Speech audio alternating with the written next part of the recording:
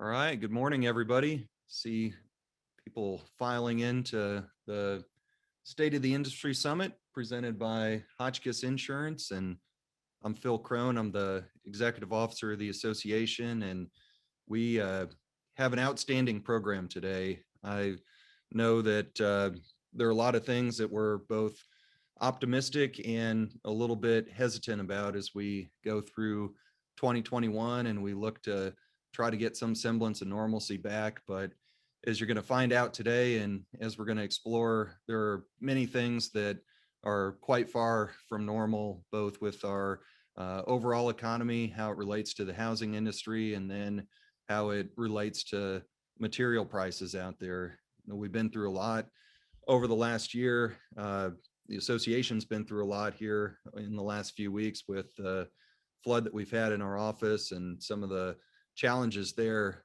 And I think this is kind of a good transition for me to introduce Jessica Gehring with Hotchkiss Insurance. Jessica and Hotchkiss are a cornerstone of the insurance market, builder's risk and general liability. They've been doing a great job taking care of the association, and we're really grateful for that. And I know they take care of an awful lot of the builders that are on this call and that work in the market. So Jessica, good morning and welcome, and thank you and Hotchkiss Insurance for being our title partner for today's program. You're on mute, Jessica. Sorry about that. Thanks, Phil. You know, Hotchkiss Insurance has had home builders, remodelers, and developers at the core of its business since 1975. And our top priority is providing builders with the best coverage and service available through our exclusive carrier relationships with Builder Agent Network and our extensive experience. We are here to support builders. Please reach out to us to get a quote on builder's risk, general liability, or workers' compensation. And we really appreciate the opportunity to be here today and present this State of the Industry Summit for the Dallas Builders Association. Thank you. We appreciate it too. And again, if you need anything, the services on the screen there from general liability, employee benefits, builder's risk, workers' comp, all the above, you've got Jessica's contact information here, and we'll put that up towards the end of the program as well. Again, thank you, Hotchkiss, for presenting this and for being a industry investor for the Dallas Builders Association. Very grateful for it. We'll make a transition here and just try to keep ourselves going.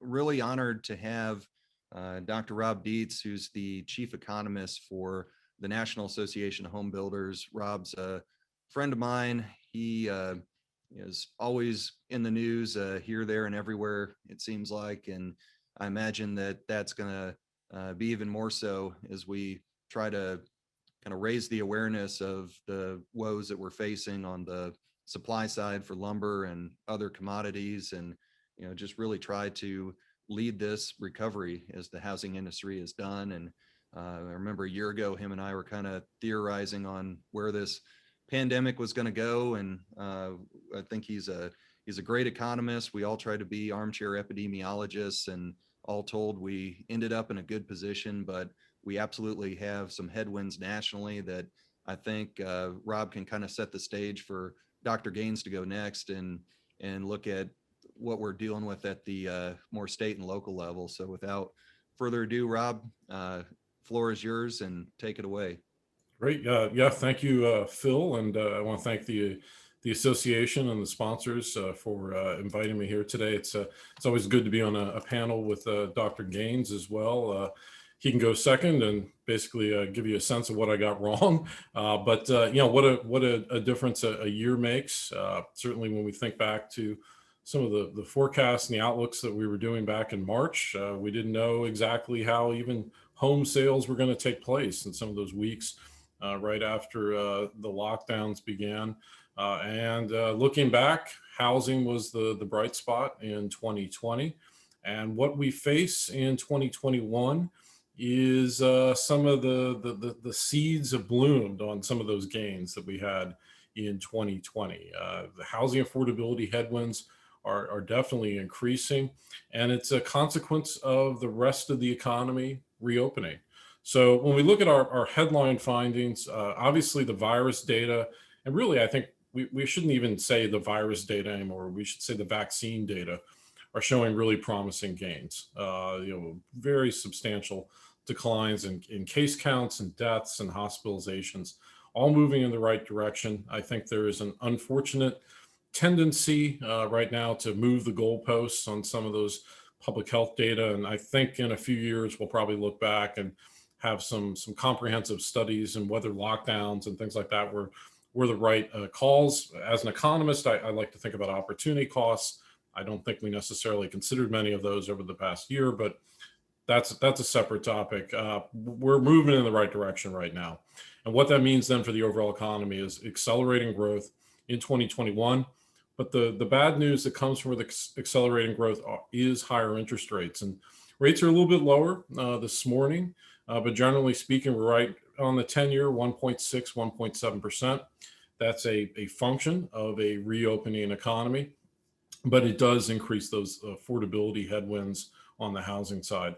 And of course, building materials is the key concern. We focus a lot on lumber, but really it's the entire material market when you look nationwide, whether it's appliance deliveries or other kinds of materials are frankly taking longer. I think we got to keep in mind the global supply chains are heavily disrupted right now. Just the flow of trade itself. Frankly, there's no better metaphor for that right now than what's going on in the Suez Canal, where we've got a large container ship that's literally wedged, blocking the canal. I mean, I think that is the perfect metaphor for the state of global trade.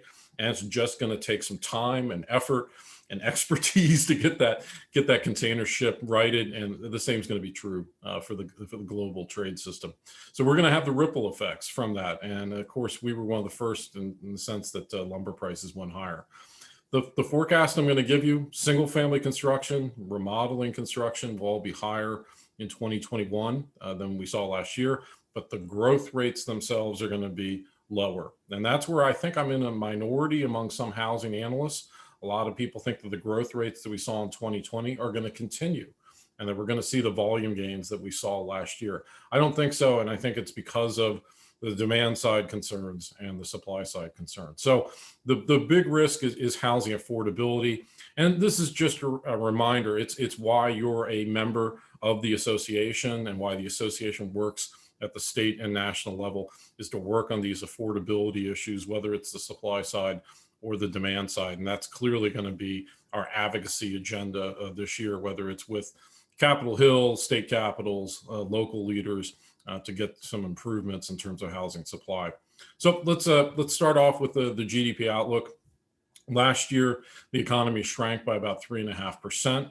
Our forecast right now is actually a little conservative. We've got the economy growing by 5.4% this year. You can see those blue bars, they're kind of taking steps up as we go further into 2021 and then kind of cooling off as we get into 2022. And that's just a natural pattern that's coming about due to the recovery and the rebound. But 21 and 22 are looking like strong years. It's partly artificial. That's not necessarily a bad thing, but the artificial gains are being driven by just a huge amount of stimulus. And stimulus in the short run is kind of like a sugar high. It tends to boost growth, but it does have long run costs, particularly in terms of higher inflation expectations. And that's one of the reasons that we're seeing those rising rates. There's no free lunch in economics. You've heard that phrase before, I'm sure. But some of the stimulus efforts right now may be going a little bit too aggressive when you take a look at the budget deficit.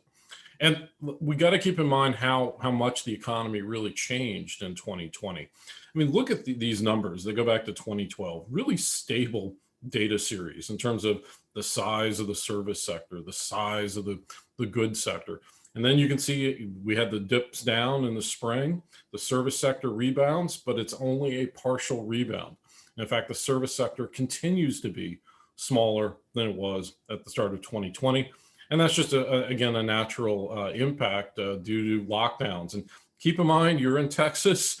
If you look at states like Florida, they're relatively open. I was saying to the staff before we got started, I'm located in the other Arlington, in Arlington, Virginia. We are not as open as you all are, nor is New York or San Francisco, or generally speaking, blue areas of the country. And the result is that service sector continues to remain smaller than it was at the start of last year. The goods economy, which is the blue line here, did take a dip in the spring of last year, but it's larger now than it was at the start of 2020. And the housing sector is located there in that goods economy. And so that's one of the reasons that we saw such strong demand for housing last year. People were substituting experiences for real things. And that drove up the demand for both remodeling and home buying last year. And you can see it clearly here in that shift to the goods economy. Now, this is more of a footnote. It's kind of a pet peeve of mine, the sort of media bashing of the United States performance over the last year. Again, I think we can have a debate later about the virus itself and some of the public health strategies. Certainly as an economist and a forecaster, our profession is not immune to getting things wrong. So I don't want to throw too many stones here. But if we look at the economic data, the US has actually fared pretty well on the global stage in terms of the policy actions that were taken last year by the Federal Reserve, by Congress, and by the administration. Again, the US was down 3.5% in 2020. The Chinese economy grew.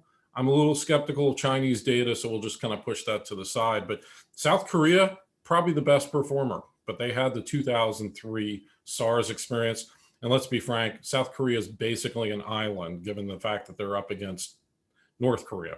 Australia is an island, as is New Zealand. Those are the other standout performers. So if you kind of look at sort of Japan on down, our peer countries, the US economy in GDP terms, which is important for the recovery and getting those jobs back, has actually done a pretty good job.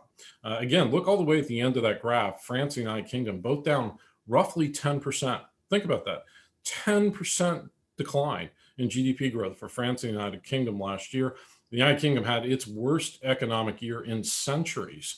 That's in spite of world wars, the Spanish flu at the beginning of the 20th century, other kinds of challenges. The worst year in centuries, and that is the cost of lockdown. So there's a lot of economic data to take a look back in terms of what we did this past year and what was effective. The other thing is, this was a really unusual recession. And usually when I say that, it is a discussion about the fact that it was artificial in the sense that it wasn't financial imbalances or some sort of policy mistake that caused the decline, but rather because we had so much stimulus that both parties basically said, yes, we're going to expand unemployment insurance and other kinds of benefits. If you look at the blue line, which is disposable personal income, income went up during the recession. That's really unusual. Usually it flattens out or even goes down. And in contrast, because many people were locked in their homes, consumption, the red line, went down. So the result was savings during the recession went up. That is a really unusual experience. Usually people have to start taking on a lot more debt. Now, this isn't to minimize that there was a lot of pain in 2020, but the fact that savings went up meant that we were in relatively better shape on the household balance sheet side. So the job market, the unemployment rate right now, 6.2%. It will continue to go down. We think it's going to get below 5%, but the rate of improvement right now is slowing. And the other challenge on the job market, we have 4 million people who have been unemployed for more than 6 months. That is, frankly, from a policy point of view, where I would like us to focus more, helping those people get back into the labor force and look for work. We still have a skilled labor shortage, of course, and other sectors are looking for workers. So retraining has got to be part of that exercise, rather than really big stimulus packages, which can be inflationary. But generally speaking, you can get that really sharp increase in the unemployment rate and a fairly rapid set of improvement.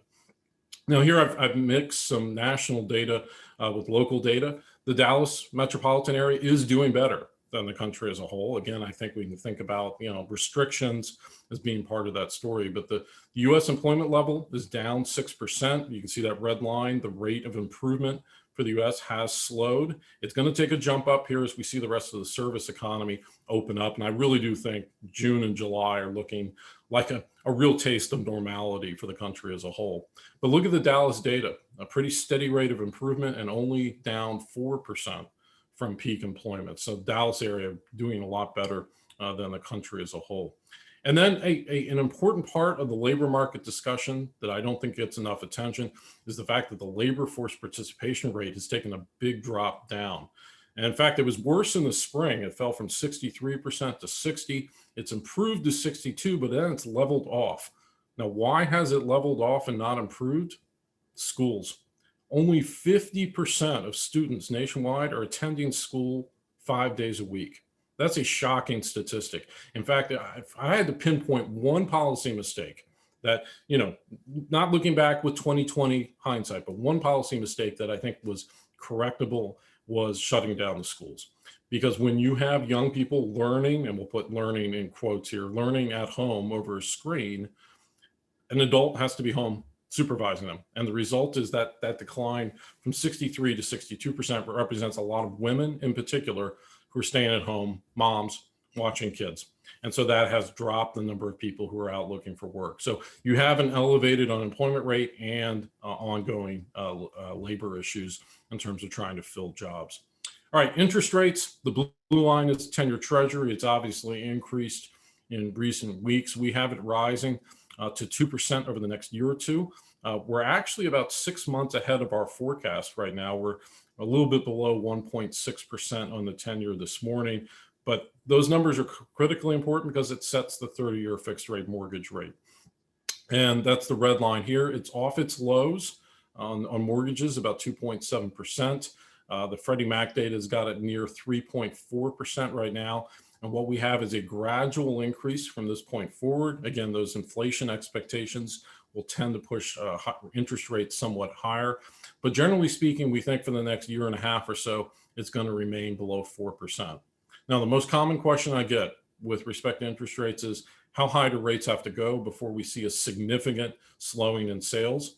And it's higher, or I'm sorry, the rate at which that will occur is lower than it used to be. Look at 2018.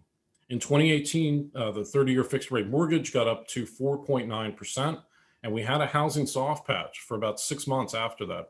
So 4.9% in 2018 was enough to slow the market down. I think right now about 4.25% on the 30-year is enough to slow home sales because we have really substantial home price gains in 2020. And those home price gains are great if you're a homeowner, but they're a tax on attaining home ownership if you're a younger home buyer. So rates are going to remain relatively historically low, but they are going to, generally speak, trend higher over the next couple of years.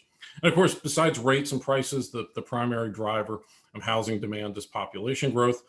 Growth for the country as a whole, you can see 2011 to 2020, the growth rates have been going down. But Texas, of course, is a standout performer in terms of population growth, as is the Dallas metropolitan area. I do a lot of these presentations, and in a lot of parts of the country, the local growth rates for population are flat or even negative. So these are outstanding rates. I mean, Texas performing 3 to 4 times better than the country as a whole. And this is the reason that the Dallas and the Houston home building markets are the 2 biggest in the country. It's those population growth drivers. All right, supply side. What are we concerned about? Well, we surveyed builders at the beginning of the year, and the top 3 concerns, number one's no surprise. 96% of builders said shortages or delays in building materials, and that includes cost factors as well as the delays. And of course, that involves the lumber market itself. Number 2, and I know this has been an issue locally, local jurisdictions processing permits and other kinds of necessary approvals in a timely fashion. That was the number 2 with 78%. And then number 3 is at 76% of builders citing as a challenge the ongoing labor shortage, which in a sense was made worse in some markets by COVID itself in terms of quarantine requirements and the like. So those are the top challenges. Nationwide, it is the lumber issue that's the big one. And here's the lumber price data. And hopefully, I know you're going to have a third report on this in a little bit more detail. But the current March price, and it's probably about 10 days old at this point, $1,044 per 1,000 board feet. You can see the run up in 2018 that we had looks relatively small now compared to what we're experiencing. And this is just an astounding number. When I give it to journalists, they don't believe it. But since mid-April 2020, prices are up 200%, basically a tripling of prices. And we estimate that nationwide for a typical newly built home, it's adding about $24,000 per home. And part of it is that we're not producing enough lumber domestically. So whatever we can do to harvest more timber and allow the sawmill industry to grow and create jobs is going to be good for the housing sector and the overall economy. And the other thing we can do when we have excess demand is import more lumber from Canada. But as you can see on this slide, imports from Canada in terms of softwood lumber are actually lower than they were in 2016. That's unfortunately due to tariffs. Those tariffs have moved in the right direction. They've gone from a 20% effective rate to a 9% rate, but we really need a new softwood lumber agreement with Canada, as well as increases for domestic supply. And that's going to help renters, buyers, builders, and remodelers in general. The other thing we can consider, and this is something NHB is investigating with the Commerce Department, new trade partners. We put up here a list of countries that develop lumber to US standards. Canada is obviously the top one in terms of export value and share of world exports, but there are other European countries, maybe not Russia, but other European countries that could be potential trade partners like Sweden, Finland, Germany, and Austria. And we are investigating that because the current level of pricing is too high. Labor shortage on the supply side does remain a challenge. Nationwide, we're short about 300,000 construction workers. That red line is an intensity measure of the skilled labor shortage in the overall construction industry. And the reason that red line has come down in 2020 is not home building and remodeling, but the non-residential construction sector, which has still not recovered all the jobs that it lost last spring. So there's an opportunity here for builders and remodelers and other stakeholders in the residential construction industry to recruit construction workers who have skills and bring them from the non-residential side over to the residential construction side. So when you add all these factors, lumber, labor, policy challenges and the like, the trend for housing affordability, and this is our quarterly measure of housing affordability, it's the percent of new and existing home sales that are affordable for a typical household. It was at 80% in 2012 after the price declines of the Great Recession. It's at 58% now. My worry is that this trend will continue to go down. And so we're going to need some help, again, trying to unwind some of these supply chains, get additional building materials in the system. Otherwise, we do risk seeing this move further down. All right, so we looked at macro, the supply side. I talked about some of the demand characteristics. Let's take a look then at our forecast. This is our measure of builder confidence. It's the HMI, or Housing Market Index. Comes out every month. You can see Jerry Howard, our CEO, and Fox Business News when it comes out each month. It peaked at a level of 90, and it is a 100-point scale. Anything above 50 is considered positive, but it peaked at a level of 90 in November of last year. And it's currently at a level of 82. That's still a really strong reading. It's being boosted by buyer traffic numbers, but that dip down in that blue line from that 90 high point to 82 right now is due to concerns over the election, that maybe policy is going to move, on environmental policy and labor policy and tax policy in the wrong direction, and then concerns over lumber pricing, appliance availability, and other kinds of building material concerns. What is that pointing to? And this is something where we were virtually alone in predicting for the start of 2021. We expected somewhat softer production numbers on single family construction, and the red line there is single family starts. And it was because of that decline in the HMI. And that's what we've seen in the January and February numbers. Those numbers have softened. Other changes coming out from the pandemic, the number one change reported by builders in our surveys, people want more home offices, and that's really a proxy for space. And number two and number four on this list are geographic. There's been a shifting out of construction activity to lower density, lower cost markets. And we do think that's going to continue, at least on a partial basis, even as you get mass deployment of the vaccine and some of that demand comes back into the urban core. Some of it's going to move back, but we think telecommuting and the rise of say 30 to 40% of the American workforce to work on what we're calling a 3-2-2 model, work in the office 3 days a week, work at home 2 days a week, 2-day weekend. That's going to allow people to drive further to qualify so they can move further out to get more bang for their buck. And that's good news for home builders because the further out they go, obviously new construction represents a greater support, a source of that supply. And then number 3, exterior amenities. That's just a consequence of staycations and people not traveling as much. People are looking for adding porches, decks, patios, and I would add pools and various kinds of landscaping. And that does represent both a remodeling opportunity and a building opportunity. All right, so our forecast. Last year, we got the forecast wrong. We only expected a 3 to 4% gain in single family starts, and we ended up with about 1 million single family starts nationwide, a 12% growth rate. That was an unsustainable growth rate according to our theory of how the home building industry works. And you can see on the blue line, the dip down in the spring, the really strong rebound in the fall. And then our forecast has cooling, but growth this year. So we're looking at about a 6% growth rate, but that dip down is our belief that the long run trend since the end of the Great Recession is really what's going to dominate the forecast. And we've seen in the January and the February data, it's very consistent with that. We're cooling back to that long run growth trend. And that's the key word, growth trend. We're not looking for a decline, just getting back to sustainable rates of growth. So about a 6% growth rate this year, putting us between 1 and 1.1 million single family starts. I know Dr. Gaines is going to do local data in more detail, but using the census data, and this is the Dallas metropolitan area, so it's a larger geographic area, but 2020 was great for the state of Texas and Dallas itself, up 25% on single family construction. Some trends, single family home size had actually been declining for the last 4 or 5 years. And as I said earlier with home offices, we think home size is leveling off and is going to start increasing in 2021 because buyers are looking for more space. And then the geography story, that's an important trend. I talked about the fact that growth was faster last year in lower density markets.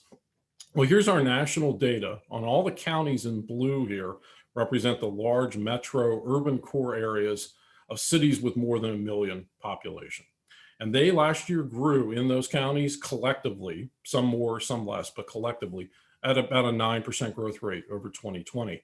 If you take a step outside these core areas to the suburbs surrounding those large metros, that growth rate goes from a 9% rate to a 15% growth rate. And actually about 26% of single family home building is in these counties in light blue. So we definitely saw in the data, I know some other housing economists don't believe this, but this suburban shift was real. It wasn't an urban exodus, but it was a noticeable shift in construction activity. And if you want to take an extreme case of this, second home demand up 23% when we measured it in the third quarter on an annualized basis. These counties in green are typical second home markets. The second home housing market continues to be hot, and that's a baby boomer function. I think buying retirement homes and the like really, really boosted second home building demand. Wrapping up, multifamily, about 2% decline in 2020. We've got it weaker still in 21. That's because permits were low at the end of the year. The Dallas multifamily data, I'm sure that's going to be revised, but it was down significantly in terms of multifamily. Like other large metro areas, we do think it's going to stabilize, and that's going to, basically, you can see the blue line here nationally. We think the multifamily market's going to stabilize as we go into 2022, as the labor market recovers and the vaccine continues. And the remodeling market, an outstanding year last year, up 7%. We think that growth is basically going to continue this year, and then maybe cool off a little bit in 2022, but still grow. And obviously, there's a lot of growth for remodeling demand due to the fact that people need more space and they're using their homes for more purposes, which means repair and addition activity continues. And then lastly, I've said this throughout the presentation, but I think we really have to contrast where the home building market is, which is in blue, which took a dip down in the spring of 2020, but it is now larger than what it was, just like the goods economy I showed you at the beginning, compared to the non-residential construction sector, which is in red. And you can see it takes a dip down, has really not recovered. In fact, in our macro model, it takes about 4 years to get back to where it was at the start of 2020. Absent some big infrastructure bill, that will continue to be the case. So housing was the bright spot in 2020. There's some opportunity to bring some workers in from the non-residential construction side. But otherwise, we're expecting generally a positive year this year, but at somewhat lower growth rates than what we saw in 2020. And with that, I want to thank everyone. My Twitter account is there on the screen, and almost all the data that we went through today is on our economics blog, which is eyeonhousing.org. And I'll make sure that Phil and the team have a PDF copy of these slides. And with that, I'll turn it over to you, Phil. Thanks, Rob. I appreciate that. And if any of you all have questions, throw those in the Q&A. Rob, I've got a couple for you here. Just on that lumber issue, which I know with David Yessian's presentation later on in the summit here, we'll kind of pull that thread a little bit further, but kind of two-pronged here for you. What is this supply side issue a product of the mills being unwilling, or are they just a product of them being unable to answer the bell of demand? And then correspondingly, what's NHB doing about this issue? I was going to say that's the $64,000 question, but we'll call that the $24,000 question, given that's the impact on the average newly built home. As a data guy, I can't give you a definitive answer for that. I know that production is insufficient. I know it accelerated in the second half of the year when you look at sawmill output. It did go down between July and September. I'm unable to explain exactly why that is. I've heard reasons from my friends in the forest industry and the wood products industry of COVID concerns, labor availability. But look, what's NAHB doing about it? We're reaching out to policymakers. We're reaching out to everyone in the housing ecosystem, loggers, the mills, lumber yards, builders, remodelers, the multifamily industry, non-residential construction industry, to present a united front and basically make the argument of whatever we need to do to increase production, let's do it. And if it's regulatory challenges that we need to fight together on, we're going to have to do that, because pricing at $1,000 per thousand board foot is not sustainable given the housing affordability. So the advocacy team in NHB is obviously meeting with cabinet secretaries. We met with Secretary Ross repeatedly last year. We're undertaking the same efforts with the Biden administration. And then on the other sort of parallel track is trying to get a new softwood lumber agreement with Canada.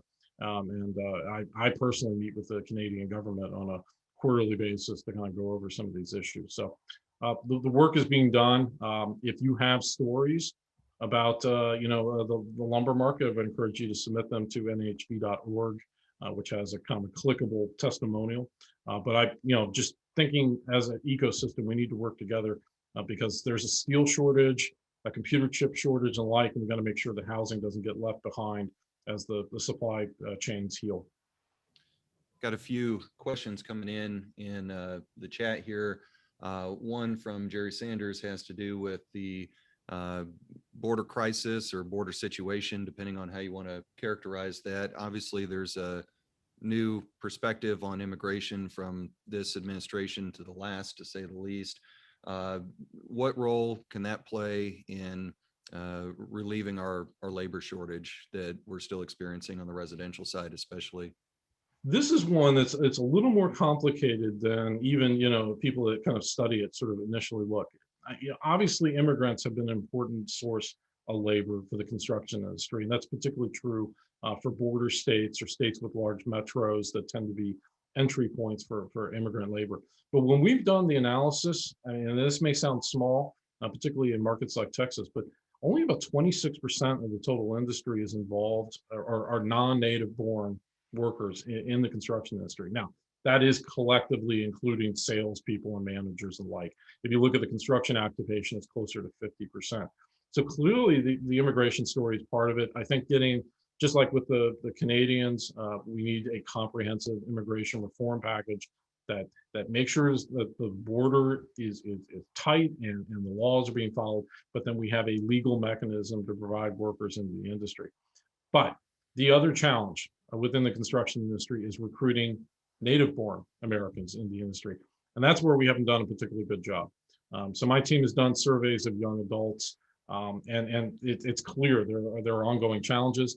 I would say, I sound like I'm bashing the schools in this set of remarks this morning, but when we've moved to a system where high school guidance counselors get bonus points effectively for sending kids to colleges, often building up student loans to work on degrees they aren't going to finish, as opposed to vocational and community college educations to jobs that are in demand with little student loan debt, That's an educational policy failure.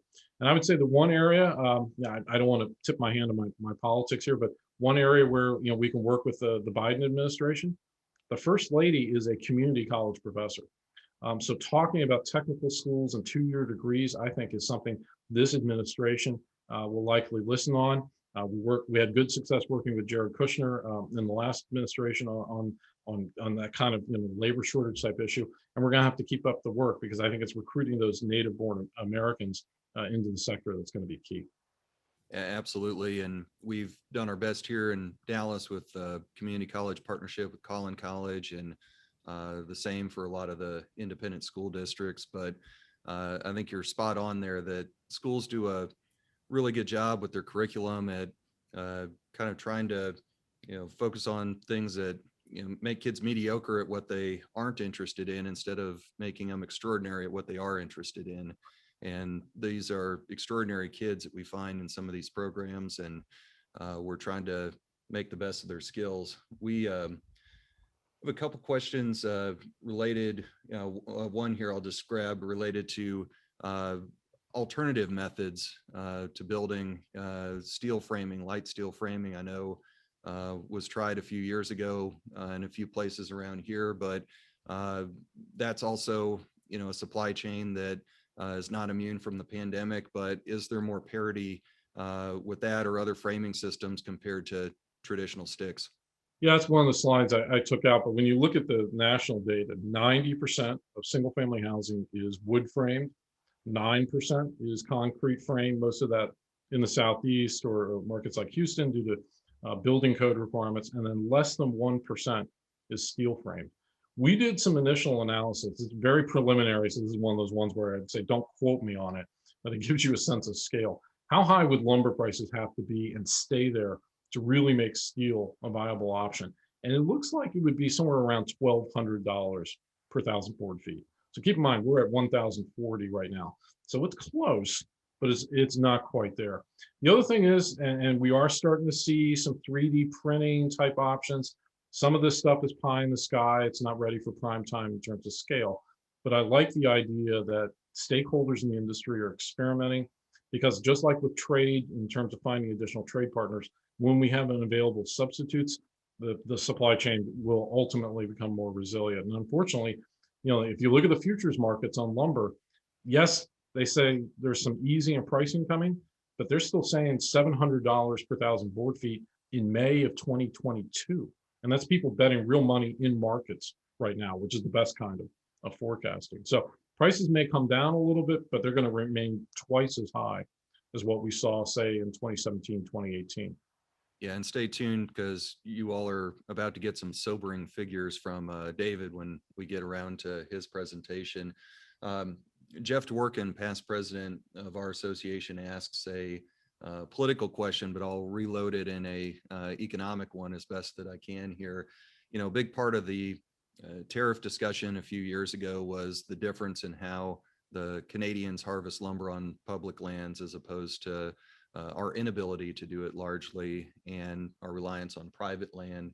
Is there any data to support or undermine their position for the need to sustain these tariffs such that we may be able to help leverage the long-term deal that ultimately is going to work out better for the housing market and obviously the consumer as well?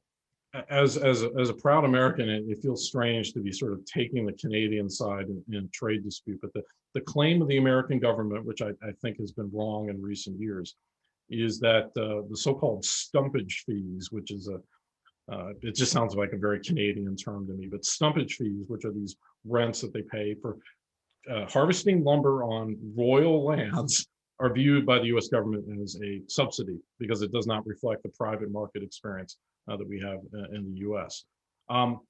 Yeah, I mean, I think, if we're looking at solutions in the domestic industry, it means harvesting additional timber. One of the things that European experts have said for years about U.S. forests, and you only have to watch the wildfires in the West to see this is true, is that we have too much density in the forest. We don't do the natural conservation clearing. And a lot of that is because we don't have access roads through this forest. So there are things we can do that would increase the supply of timber and what we call fiber in the market. But I think right now, if we're thinking about the choke point right now in terms of domestic lumber production, it's the number of available mills. And that is hurt in terms of investment in those mills by the volatility in the pricing itself. So getting stability in pricing in the market, I think, will help the mills make investment decisions that will increase essentially the size of the pipeline for lumber going forward. But the dispute with Canada, I think we're in round 5 or 6 of it. It goes back to the 1800s. It is outside the NAFTA or USMCA discussions. My expectation is it will get resolved, but it'll probably take another year or two. Obviously we're working with the Biden team to make sure that they stay focused on that discussion.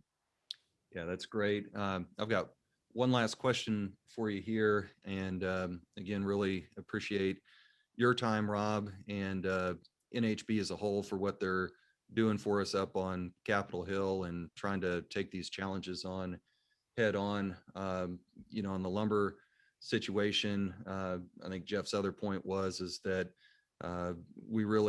there's a way to sustainably and responsibly harvest lumber in a way that mitigates some of the wildfire issues that we saw over the summer. Even the Sierra Club, quite frankly, supports some of those practices. So if we're in agreement with the Sierra Club on this, then boy, we really are onto something here.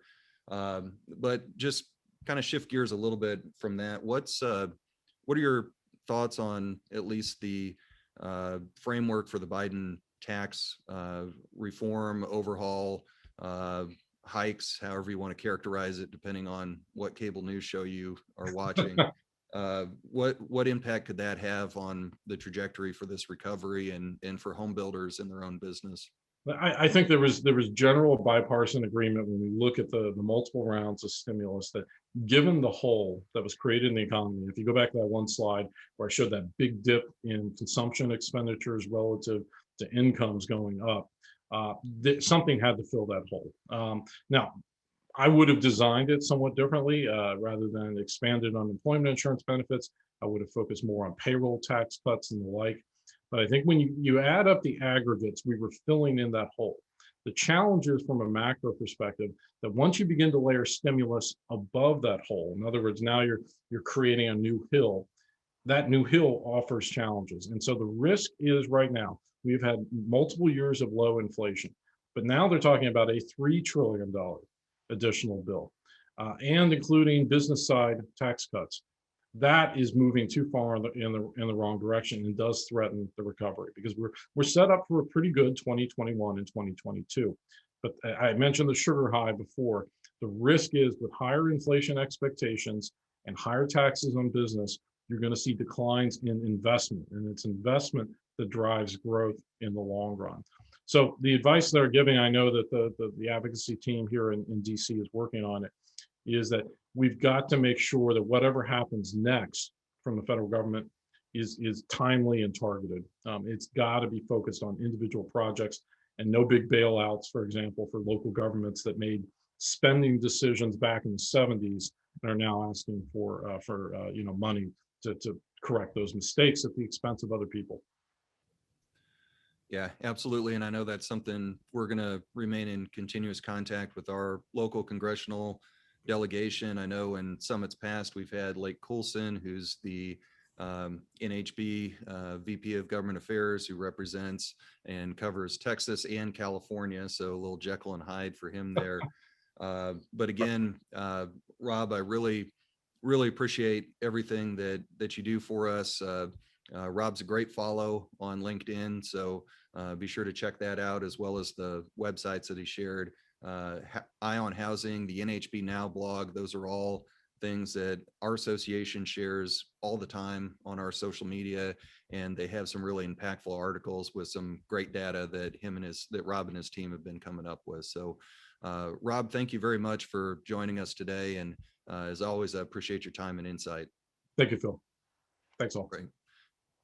Well, as we get Dr. Jim Gaines from the Real Estate Center at Texas A&M queued up here, I see his smiling face. I'm going to get to a couple of, while he's sharing his screen, I'm going to get to a couple of announcements as we do advertisements in between. As you know, Robin mentioned the optimism and vaccine rollout and just kind of return to normalcy. Well, we're having a return as an association to in-person events, and we're really excited about that. I've got an article coming out explaining what, when, why, and how, but one of the when and hows is the crawfish boil that is coming back this year on Thursday, April 22nd at 6 p.m. It's going to be at our Dallas BA office, which is now under reconstruction after the flood, but the parking lot's in good shape. So we're going to have a good time out there. We need your help in consuming 400 plus pounds of crawfish in adult beverages. 400 pounds of crawfish, that is, not 400 pounds of beer. The Hamburger Man's also going to be out there grilling burgers and helping us out for those who don't like mud bugs. So tickets are on sale at dallasbuilders.org, and really look forward to seeing everybody out there on Thursday, April 22nd for the crawfish boil. All right. Well, we're going from one chief economist to the other here. Another great expert that has his hand on the pulse, as he has for many years, of what's going on across the state, what is happening here in the Dallas area. I know there'll be some very similar themes here compared to what Rob shared, because we're part of the larger national economy. But as we kind of dig down a little bit deeper here, really happy to have Dr. Jim Gaines. He says former chief economist, but I say, once a chief economist, always a chief economist. So Dr. Gaines, go ahead and take it away, my friend. Thank you, Phil. I'm disappointed that it isn't the beer, it's the crawfish. It's I think your attendance might be raised a little bit if it was more on the beer side. Thank you very much for having me this morning. Like Rob, Dr. Dietz, I really do appreciate being the opportunity to come. I do miss the opportunity, though, to share with you guys and be able to sit down at Maggiano's and have a good meal. And one of the things you guys never understood was that I got as much information or more from you in our lunch discussions and networking and talking before and after than maybe what you got from me. Because I've always said that economics really is just the art of taking common sense and making it unintelligible. And most of you already know a lot of what we're talking about. And like Dr. Dietz, I'm going to have a lot of graphs and charts. Economists can't talk without them. So we give you some data points, but by and large, my guess is you really do know what's going on. And I missed that opportunity of getting the feedback. You have to know that doing these virtual meetings and like Rob, I do a lot of these, and basically I'm sitting here talking to my computer with absolutely no feedback whatsoever, which is really disconcerting. Well, what I'm going to do though, and I'm going to go through the national stuff very quickly because Dr. Dietz covered it very, very well and so on. So I'm not going to harp on it, but I'm going to start with the answer: what's happening and what's coming and what's going to take. And really, I could stop at the top line. The economy, the national economy, and to some extent our state economy is not going to recover and get back to any semblance of quote unquote normal, whatever the heck that is, until or unless we alleviate all of these COVID impacts and we get the virus under control and get out of the pandemic. The best example I've heard from the Dallas area, if you read the John Malden stuff, John was explaining how Harry Truman always wanted a one-handed economist, because every economist he talked to said, well, on one hand it would do this, and on the other hand it'd do that. And right now, though, we've got a third hand controlling the economy, and that's been the pandemic for the past year. And the economy's not going to go on either direction until or unless we get that gripping hand, if you will, to let go and go from there. We've had and reference here to the supports, and I just jumped up to the 900 billion one, the last one in December, the 1.9 that just got. I know that there's another one in place. One that I think might be the most important, though, is the infrastructure package, but it's going to be 2022. That's assuming that during the course of the calendar year 2021, that our wonderful Congress can get something put in place to have an infrastructure support bill of some sort. And it'll be a lot of money. It'll be $1 trillion plus or whatever.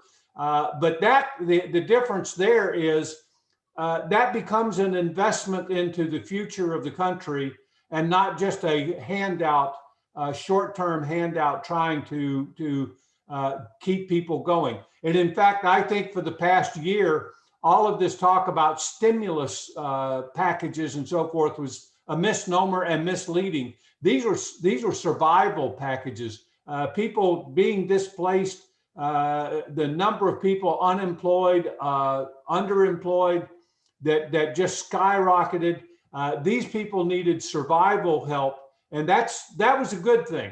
But what we really need to be doing is spending this money as an investment into the future of the country. And I don't think there's any argument but what our infrastructure is desperately in need of upgrading its own. Anyway, the Fed, I agree, the Fed is going to keep interest rates low as best they can. They can do it right now in the short run. When the 10-year Treasury was down under 1% and running at 0.6 and 0.7%, everybody knew that was unsustainable. That wasn't going to last forever. It was going to come back and probably start approaching a 2%. And incidentally, on the 30-year mortgage rate, if you just add about 170 basis points to the 10-year Treasury, you generally get whatever the 30-year mortgage rate is going to be. So if the 10-year Treasury gets back up to the 2% or maybe a hair over, you're looking at anywhere from 3.6 to 4%, maybe as he suggested, 4.25. Interest rates, but it's going to be harder as inflationary expectations come into play, as yield requirements start taking place. And all of that is going to happen in the short run. If, for example, the vaccine really does start really reducing the pandemic, the COVID cases and the deaths and so forth, and as we open up the economy nationally, and I thought it was a good observation, here in Texas, yeah, our governor has said, okay, we're 100% open. I'm not sure that really has taken effect yet, but we are a lot more open than the rest of the country. And that is going to create inflation as those services, as money starts being paid into services, the inflation is going to start build up. Prices are going to come up, and we'll see. Similar chart. I'm just not quite as, I didn't do an annual 2021, but our first quarter probably looks about 4.5%. And that's not too bad. We had the worst on record second quarter a year ago. We had the best on record third quarter a year ago. Some of the year over year statistics are going to start being misleading here for the next 6 months. Don't forget, it was a year ago exactly this month, and in fact, almost literally this week, that the economy really started falling off the cliff, and the shutdowns really started taking place and taking hold. And so from here, at least through till about June, anything we're going to compare year over year and so forth is going, you're going to start seeing some really weird numbers and so forth coming into play. But I agree, the GDP is going to go up. We did fare very well, as was pointed out. Here's the good news. The blue line is the number of new cases. These are 7-day moving averages. So it's not the daily hit. It's a weekly kind of thing, 7-day moving average. And this is the very good news. This is from the CDC. Everybody's got a different source. And so the absolute numbers vary. I mean, don't you find it interesting? We're having a pandemic and nobody can agree on the actual numbers. But anyway, we're getting this. The deaths are coming down. It's still too high. We're still sort of at that level of where we had the first bump up back last July and August. But we'll see if we can continue that trend and get it going. The unemployment claims, in fact, it just came out again this morning. It was, and I didn't have a chance to update the slide, but it's a little bit lower than the week before. It was a little less than 700,000. I think it was like 682,000 new unemployment claims. But it's still continuing to be roughly 3 to 4 times higher than our normal. Normal is about 220 to 250,000 a week, and we're still running at close to 700,000 a week. So it's still excessive. There's still about 18 million people still claiming some type of unemployment insurance or claim. This is the special programs that were set up for pandemic relief and plus the regular state unemployment claims and so forth and so on. So that's the reason you keep seeing all these variants in the numbers and the statistics that keep getting reported. Very similar. I had the similar data that Dr. Dietz had.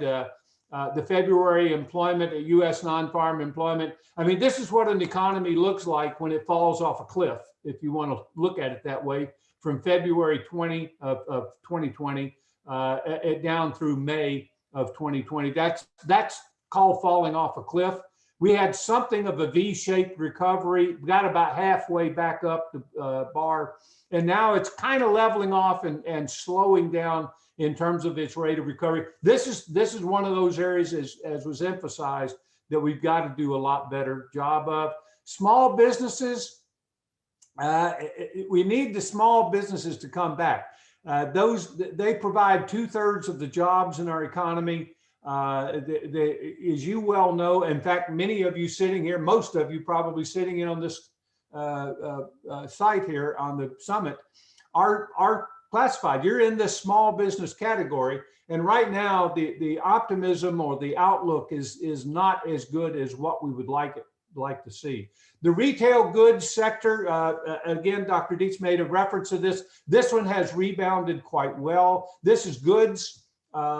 This is things being bought and sold, but the services, which is roughly about twice as large in terms of overall size, dollar volume wise, has not recovered, as he showed very clearly there in one of those graphs. So that's, on a national level, we're right kind of together. Let me turn attention to Texas. We got hit with a double whammy in Texas. That doesn't get a lot of notoriety and so forth. But the first thing that happened was last January, a year ago, 2020, Russia and Saudi Arabia decided to have a price war on the oil and gas, on oil. And so the oil market started going down. And so we were already kind of headed downward anyway because of the energy prices and the price of oil, which is still a predominant economic factor in the economy of Texas. It's not as predominant a factor in the Dallas-Fort Worth area, in the Austin area, and so forth, but it still nevertheless affects the overall state. And then, of course, by March, we got hit with the COVID, and so we got the double whammy of the oil and gas falling prices and then the pandemic on top of it. Well, what's it going to take? And reopening the economy is going to take months. I know that it's one thing for the governor to go on TV and so forth and say, well, we're 100% open and so forth. But as all of you will attest, if you've been out and about here for the past week or two and so forth, and even going forward here for the next few months, people are still a little leery. Services are still a little slow coming back. We're probably doing better economically in terms of the statistics than some of the other places that have not been able to reopen completely. But we'll see. It's going to take a while. I suggest that it's probably going to be the second half of the year before we really see the marked improvement of everything. First quarter is basically over already, the end of March. We all know what the last 3 months have been like.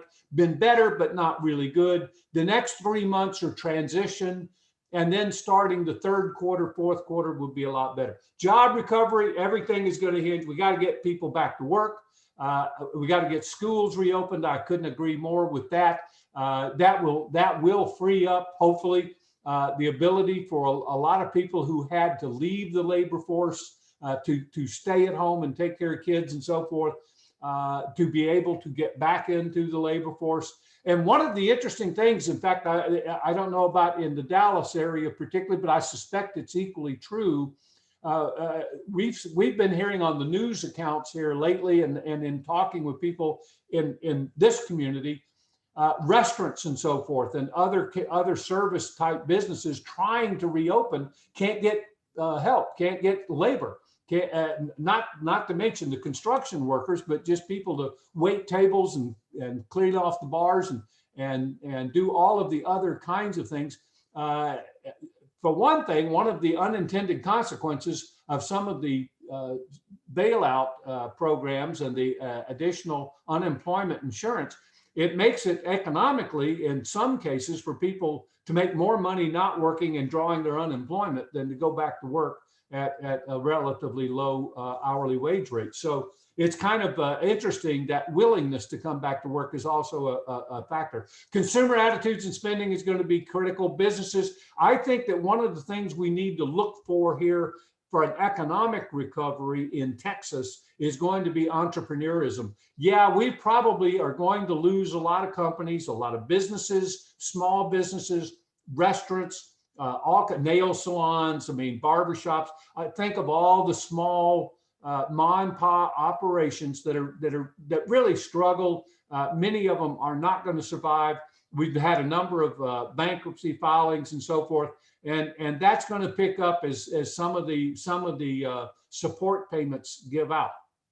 We're going to see that, but Texas is well known for its feed of entrepreneurs, people who want to own their own business and operate their own business. And quite frankly, there's going to be great opportunity to come in and fill the void being created by some of the other companies and businesses going out of business. So it'll be interesting to see how that works out.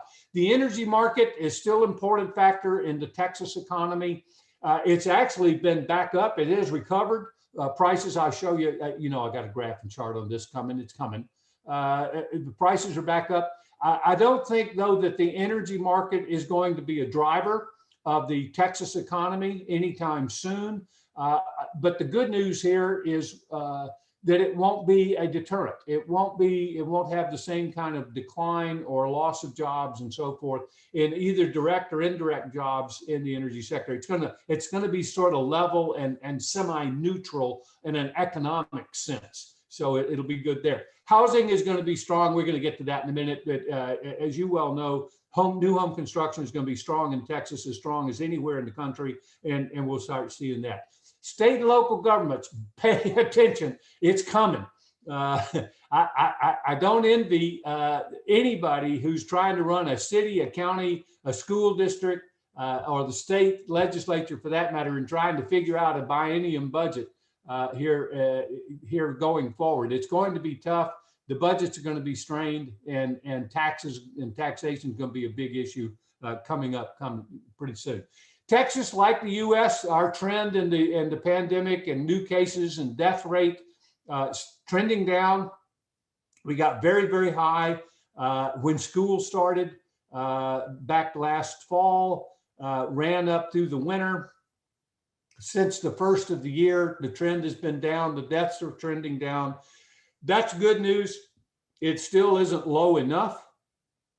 It's still a significant number, even if it plateaus. But it plateaus at a high number. That's not necessarily a good thing. So we're still looking for better numbers here. Again, as the vaccine gets out, as vaccinations take place and more people get vaccinated, hopefully, again, by the second half of this year, these numbers and these graphical lines here will be down under that first horizontal bar, get it down under 50 deaths, under 2,000 cases, and get back to where at least it has some semblance of sort of being under control. I don't know really what under control means. It may not ever go down to zero, but we need to get it down pretty doggone close. Unemployment claims, Texas, there's the pattern that we've seen.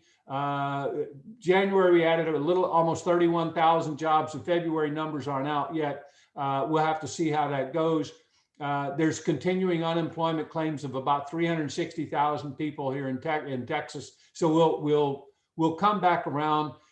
Here's what it looks like graphically.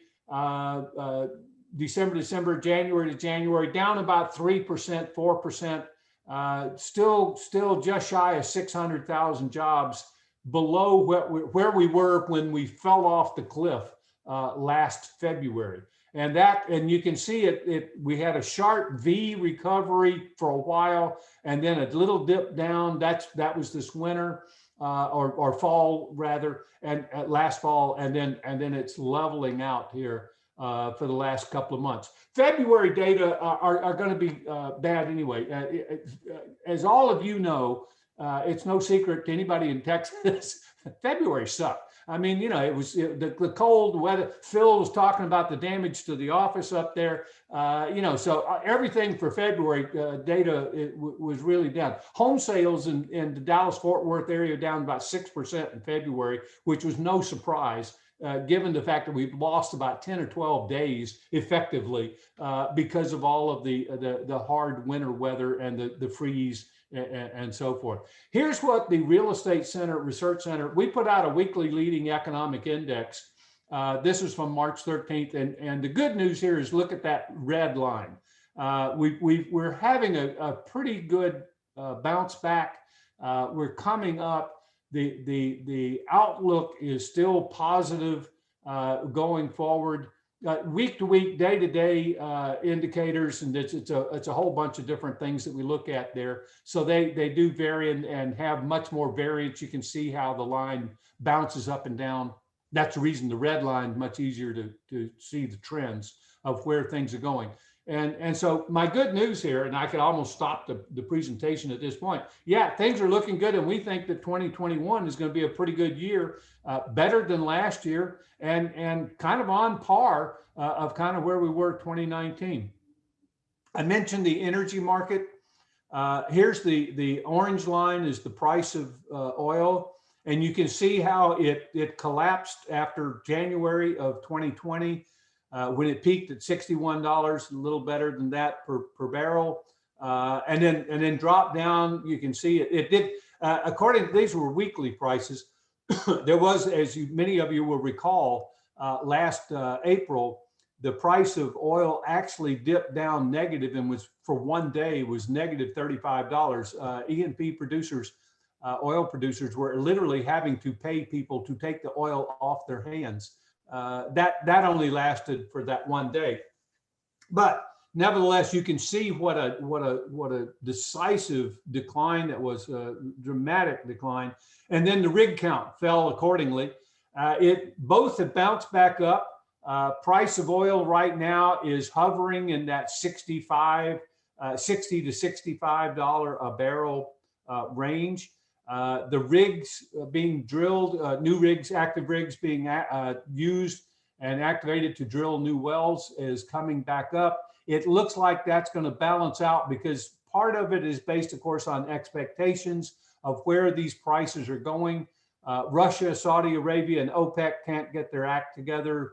They are still limiting production to try and keep prices a little bit up, but it's a weird market. And we just don't think that the price is yet high enough to bring the rig count back up or the exploration production up enough to make that much of a difference in our state's economy.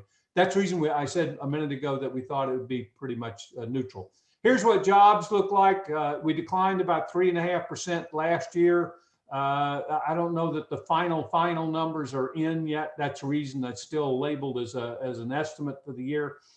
We are projecting about a 4% growth for the year in terms of jobs. It'll get us back a little bit higher than the 2019 level, about 500,000 jobs. A lot of that is based on our belief that the second half of the year is going to be substantially better than the first half of the year. And the service level employment, that's the key here, is business services and just personal services, but services across the board, employment levels are going to increase and come back up to where they were. I said that we were close to 600,000 jobs short. That's the reason that purple bar looks about equal to the 2019 bar. It's about to get over the 2020 dip and break us even, maybe get us ahead just a little bit more than where we were. Dallas-Fort Worth has done pretty well. down about 3%, as Dr. Dietz showed a minute ago. Rob was right on top of it. February numbers are still from TWC are still not there yet, but it's still there. The Dallas-Fort Worth area lost about 600,000 jobs, has regained almost 350,000 or better than those. So it's still down about 125,000. It'll still take the rest of this year to get back up to where it was back in February of 2020 and break us even and do that. On an annual basis, very similar. Lost about 1.5%, gained about 2.5% this year. We're looking for that kind of strong growth to come back in job creation in the Dallas-Fort Worth market. So everything is looking quite up in terms of job growth. You can see how it looks. Back in 2009, with Great Recession, was a big hit. 2020 was a sizable loss of jobs. It's particularly given the almost 10 years prior to that, where job gains were averaging about 100,000 jobs a year. So we'll have to see how that goes. At a more local level, in the Dallas-Plano-Irving Metropolitan Division, you can see that the jobs, very similar pattern. There was a high growth rate, the slope of the blue line there, the fall off the cliff in February, the V shape coming back up, a little bit of a downward tick, down about 75,000 jobs. Again, by the end of this year, I suspect that this total non-farm employment will be back up to about where it was when the pandemic started, or February of 2020, just before it started, and see how that balances out. So the good news here from an economic standpoint is that things are going pretty well. The other good news is the housing market is the primary economic driver. This is nationally true, and even in the state of Texas, the housing market has been a primary driver, and we're seeing what's going on there. Why is this happening? What's going on in 2021? And similar information. This is no particular order, but the demographics, particularly the age group 26 to 38, you could even say 26 to 40, those millennials that we've been talking about for years and years and years, they're finally getting old enough that particularly any of them that are 32 to 40 are now looking for home ownership. They're looking for space, especially if they've been living in apartments and so forth. Many of these, of course, are first-time buyers. NAR just came out, 43% of home sales were first-time buyers here the last year. So we're seeing these things come into place. The other part that got overlooked a little bit there when Dr. Dietz's presentation, that savings rate, the difference between disposable income and spending.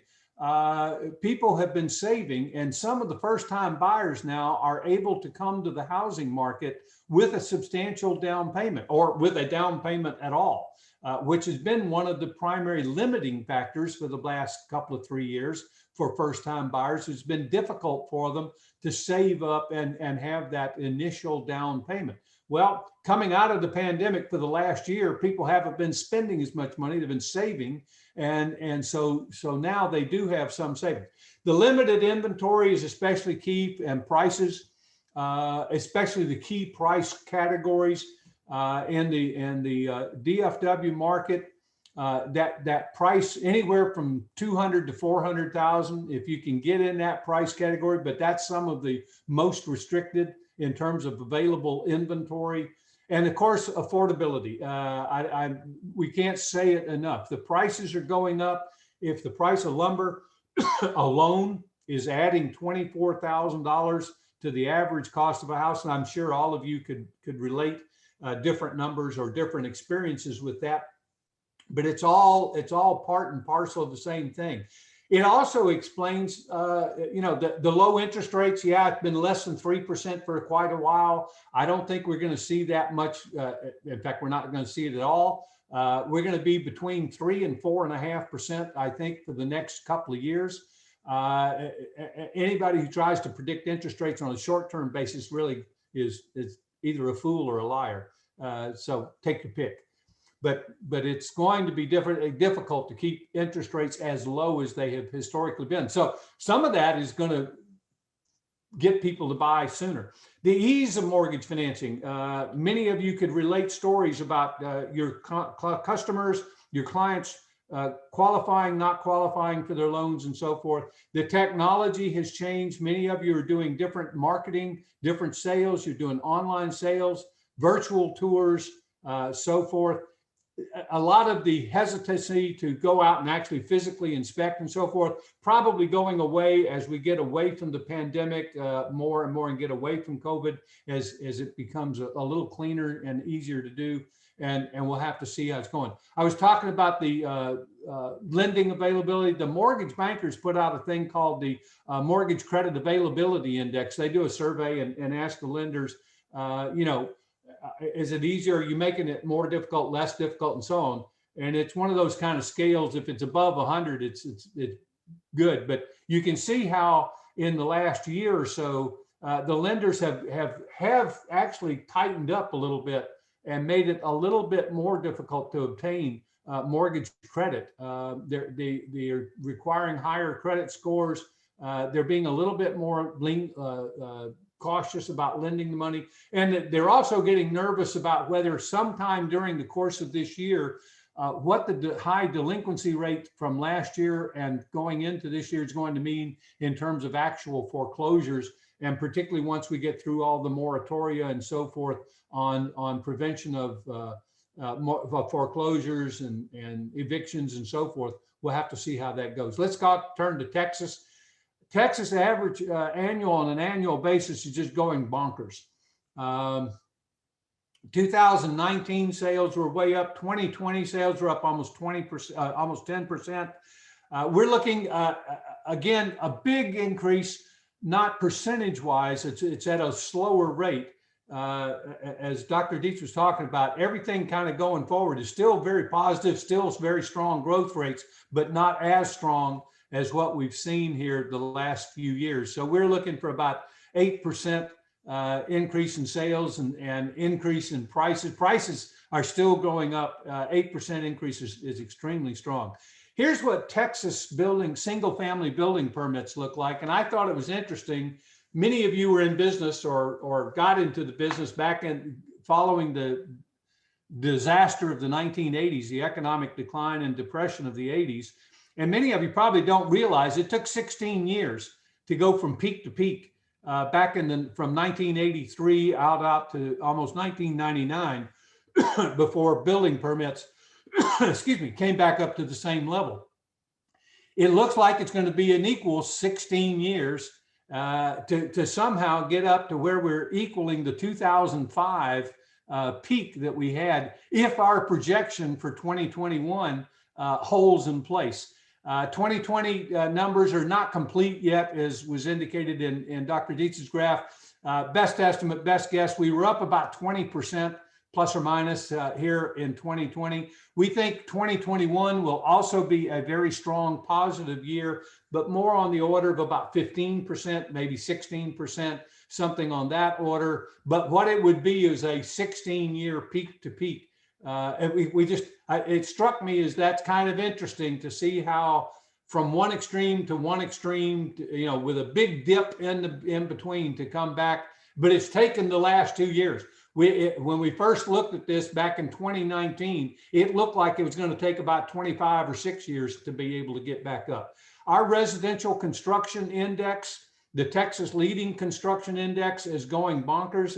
You can see the green line there indicating a very strong short-term recovery and growth going into all of this, much stronger than the U.S. index, which is the red line there.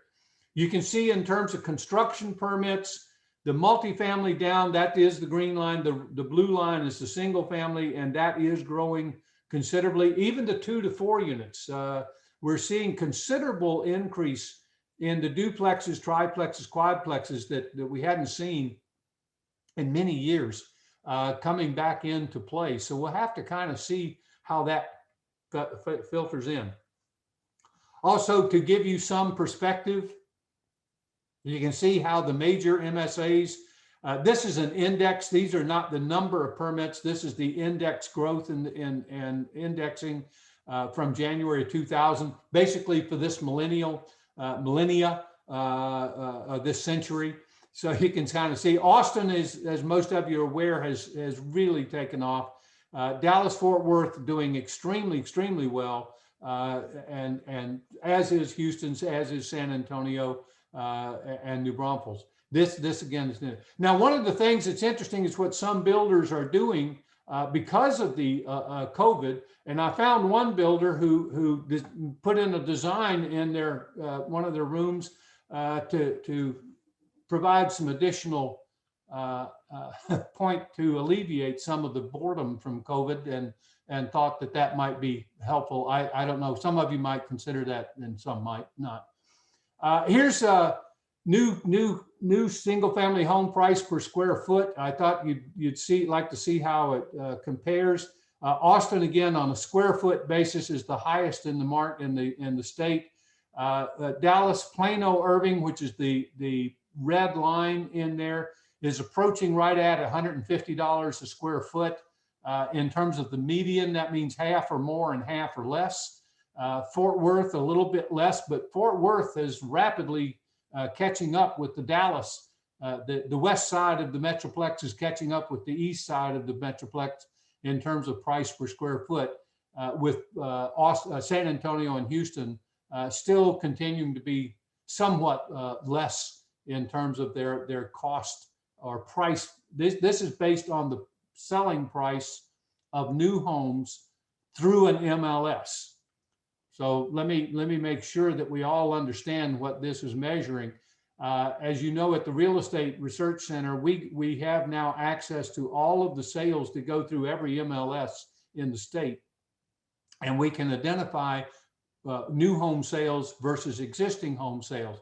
Well, we're very much aware that not all new home sales go through a realtor or go through the MLS, but of those that do, which are substantially and primarily, of course, the spec homes, these are the ones that we're picking up and doing our indexes and measuring our the median price per square foot. I wanted to make sure that you understood what this data represent and reflect, that it doesn't reflect every new home sale in the state, but just those that go through MLS.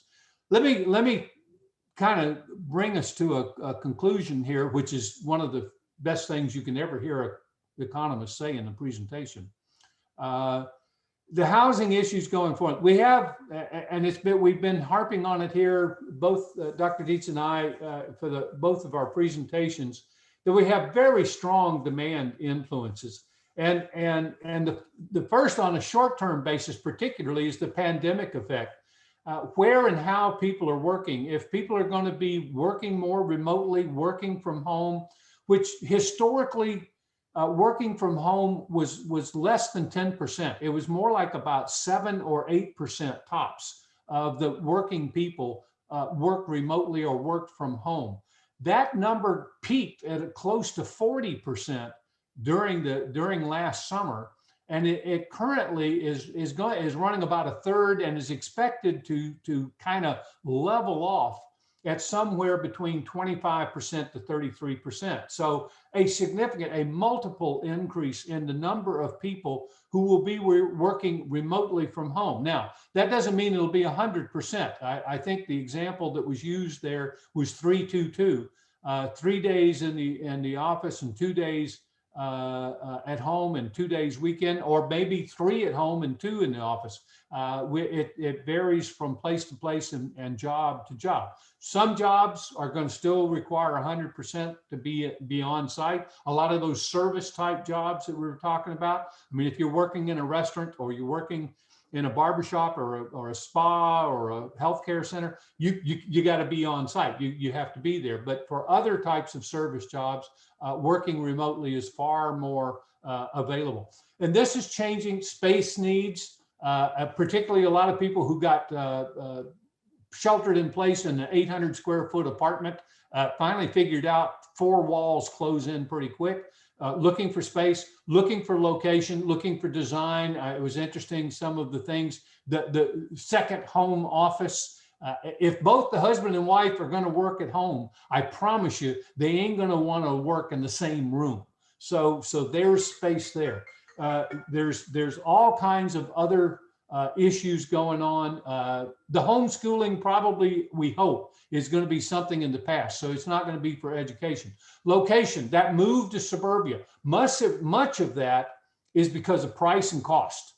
The land cost in suburbia, get outside the city limits and get outside city ordinances and regulations. Regulatory costs are less, raw land costs are less. Yes, infrastructure has to be developed, roads have to be cut, utilities have to be provided, may have to do more MUDs or other kinds of things to do the developments. But all of these are the trade-offs to try to hit that 200, 400,000 price bracket. Demographics, we talked about it earlier, the 26 to 40 age group, surge in home ownership, first-time buyers and so forth. One of the other things that's changing demographically is individuals buying homes. Single women seem to be a very large target market for buying a house here in a current market situation.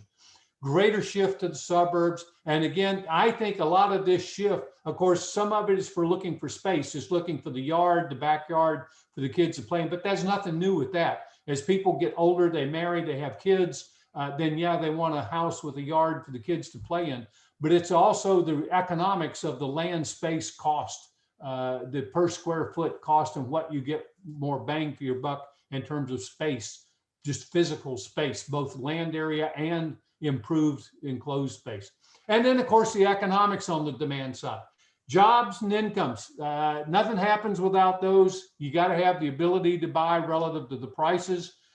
People can afford to buy a house worth roughly 3.3 to 3.5 times their annual income. There you are. If you get much north of about 4 to 4.5 times income, you're running into some severe problems. And anything under that. And of course, lower interest rates helps that a lot. The higher savings rate, I mentioned that before. Pricing and interest rates today are pulling some future demand to the current. That's one reason I think that the longer term prospects out to 2022, 2023, we'll still have a good, strong housing market, but a lot of that demand that might happen or might have happened a year or two in the future is being brought to the current time period, because there's no reason to put off buying a house thinking that prices are going to be lower or interest rates are going to be lower, because they're not. They're going to be higher. Supply side, boy, this is a big issue. Limited supply of existing homes. People are not selling. People my age, you can see the color of my hair. People my age, we ain't selling. I ain't leaving. I've refinanced my house at 3% or 3.5% or 2.5%.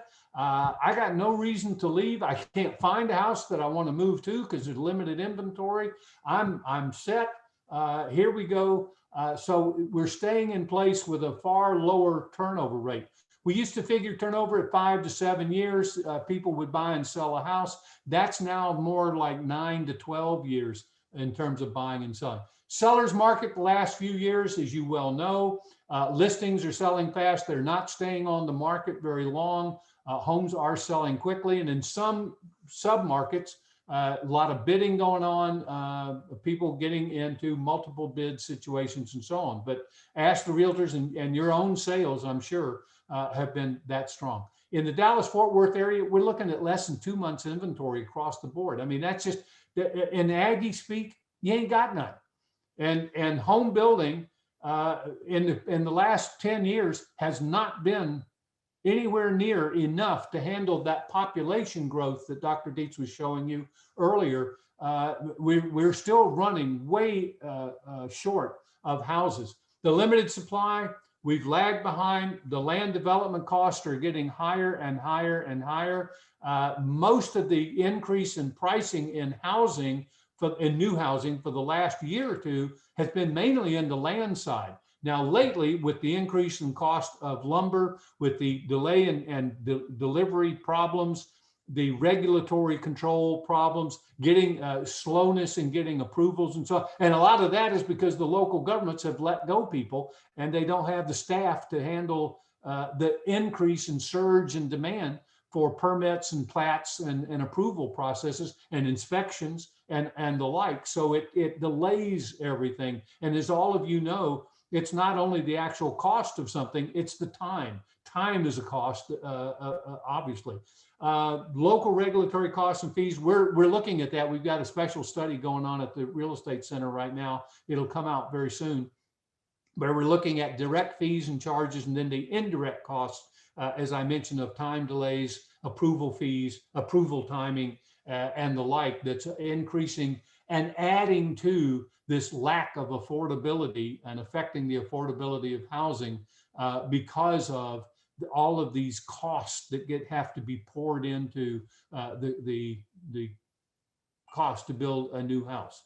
The availability and cost of labor, a big deal. I think the Texas Builders Association is putting on a program, and they do it every year to try and get schools and promote people to go into the trades and to learn the trades, to be available labor.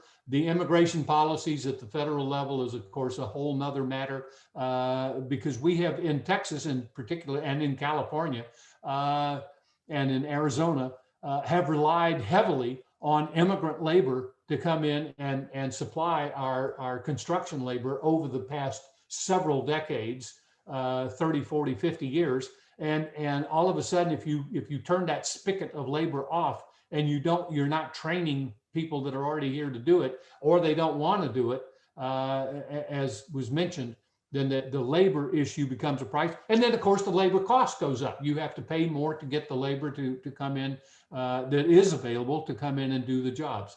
And then, of course, delivery, the recent issues with materials cost and availability and delivery. I'm not going to go into great detail of that. You've already seen the overall chart of how it's over $1,000 per 1,000 board feet. And I know David's coming in later with some more information on that. Let me finish here. Here's a chart. And incidentally, this presentation will be available. Phil will have a copy of it and can make it available to anybody. This is our latest and greatest projection for 2021 for Texas and for the 4 major MSAs in Texas in terms of what we're looking for. Dallas looking at about 14-15% increase in permitting, 7% increase in sales, about an 8% increase in price per square foot. This is overall market, not just limited to the new home market. But you can see how across the board in Texas, 2022 will not be quite as good. And 2021, the rates of increase you'll notice are substantially lower than 2020. And quite frankly, it's in economics terms, it's that reversion to norm. We'll get back to more normal looking rates of increase as we go forward and get out of this pandemic. I appreciate it. Thank you very much. And Phil, if we have some questions, I'll be happy to try and answer them. We do, Dr. Gaines, and I appreciate that information. I think it was a great building block on what Dr. Dietz shared at the national level, and kind of indicative of the challenges that we have. And I think also underscores the need to really take a look at this lumber issue that I know David's going to do in the next segment of the program. One question I've got here, and then I've got a number in the Q&A. We have widely and for many years cited a great statistic that I believe originated from you, or certainly did from the Real Estate Center there, and that's for every $1,000 we increase the price of a new home, it prices 20,000 or more Texas families out of the ability to afford that home. Is that number still accurate? Has that changed at all with the current events, or where do we stand in that regard? It hasn't changed. It hasn't changed materially. I can tell you, if and like everybody else, we use computer models that'll take it out to the 16th decimal point. So there's some minor change in there, but the round number of around, and it's actually, it varies. Low cost housing, if the price of $100,000 house goes up $1,000. It's a 1% change. If the price of $1 million house goes up $1,000, it's a 1/10 of a point change. So the number of households that get affected varies on a sliding scale by the relative price of homes you're talking about. But the 20,000 households is a good approximate number. It's actually a little more than that. It's more like about 22,000. And what it means is, though, they can't afford that $1,000 increment. It's just enough to take them up. And that's based on some again, in the model, some rules of thumb of qualifying ratio with the lender, debt to income ratio with the lender, and so forth, where when you cross the threshold, the lender says, no, I won't lend you the money. So it forces them to have to buy a lower priced property. But no, that number is pretty much right on. If you read the reports, the technical reports, and I don't remember the exact numbers off the top of my head, we did a similar analysis looking at change in interest rates, holding the price constant, but letting the interest rate move around. And as it goes up, that's going to affect some households as well. So we have a double going on. If the cost of the new home is going up because of lumber prices or other cost increases, labor cost increase, and interest rates increase 1/4 of a point, 1/2 a point, 3/4 of a point, then it's going to be even more than that 20,000 households. Yeah, and that's everybody's got their limit, and it's definitely one of those things where you can't dismiss it when you say, well, what's $1,000 over a 30-year mortgage? I'm going to jump into kind of a lightning round here so we can stay on time and get to a ever increasing amount of questions. First, Jerry is wondering if you have any figures. I'll summarize this. If you have any figures related to the influence of those Californians that are moving here, or others from high cost markets, and what impact they are having with pricing in the lower cost Texas markets.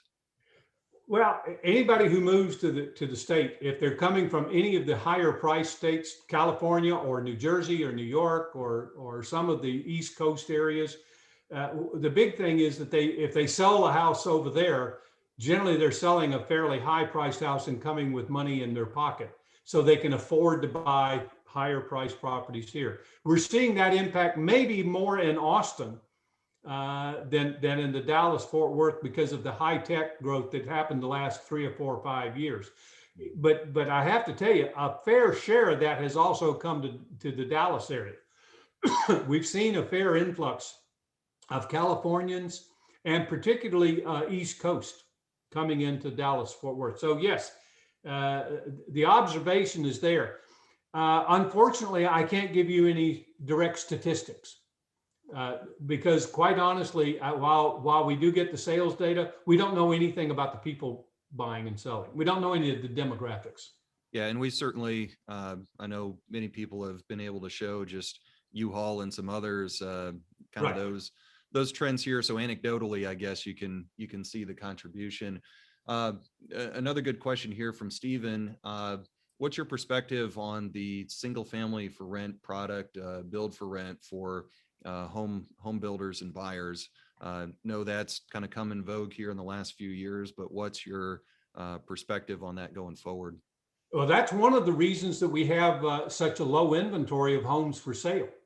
A lot of homes are being bought and then taken out of the home ownership category and put into the single family rental category. I know that there are a couple of developers there in the Dallas area who are literally building new subdivisions of for rent housing rather than for sale housing. And that is a growing phenomenon. It's satisfying that demand by those millennials looking for space who may not be able to buy, but they can rent. So from an overall housing market standpoint, it makes a lot of sense. and it satisfies a want, need, desire in the marketplace by a number of people.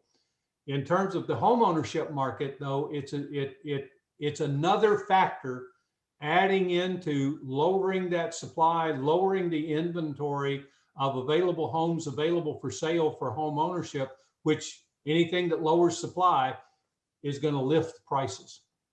Yeah, and I know, and I appreciate Dr. Dietz weighing in with the statistic that NHB estimates 64,000 single-family homes will be built for, or were built for rental purposes in 2020. It's about 6% of all single-family. He expects that share to rise a little bit from 7 to 8% over the next year and a half, as people who can't afford those down payments still want to go and enjoy the space of single family structures. So yeah, absolutely.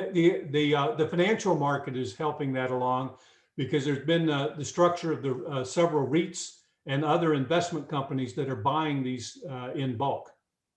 Yeah, absolutely. Another question here.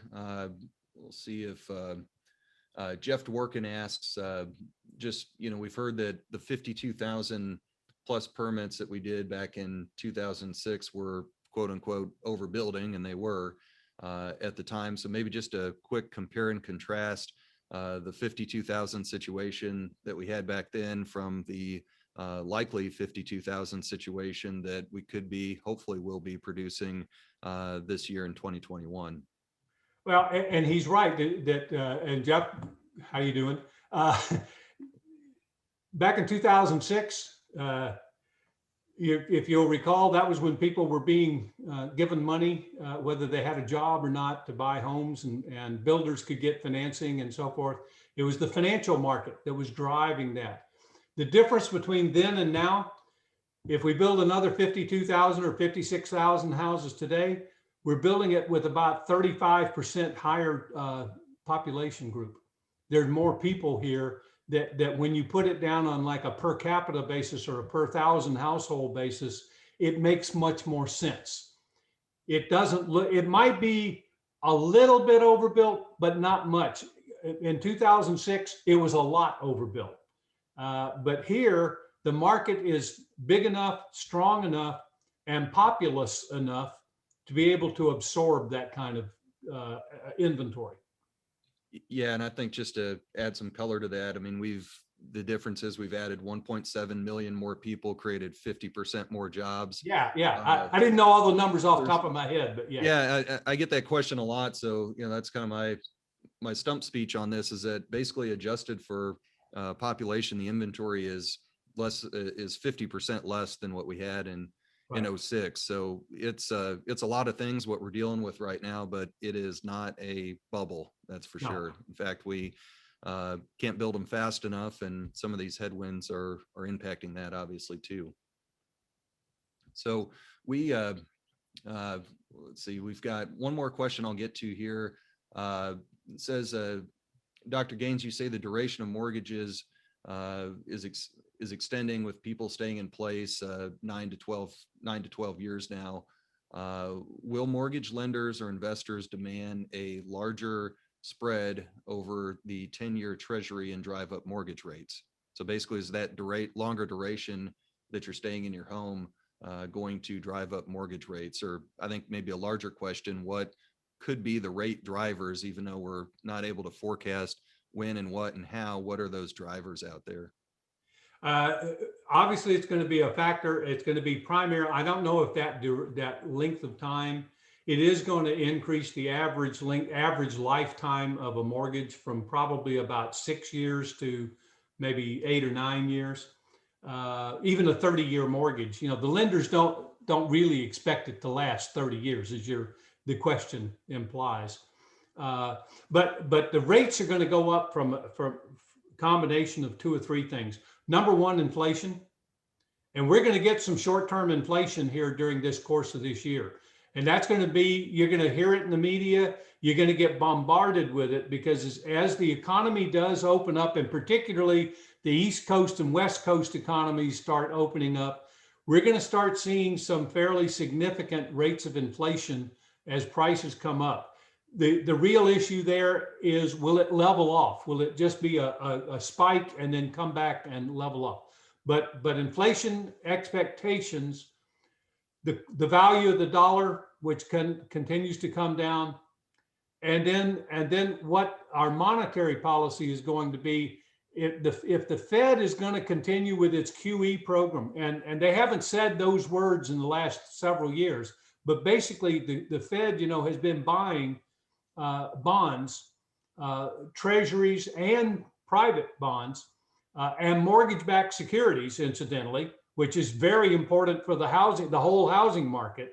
If the Fed all of a sudden tomorrow decided not to buy any more Freddie Mac, Fannie Mae, or Ginnie Mae bonds, the housing market would be in big trouble and the interest rates would probably double.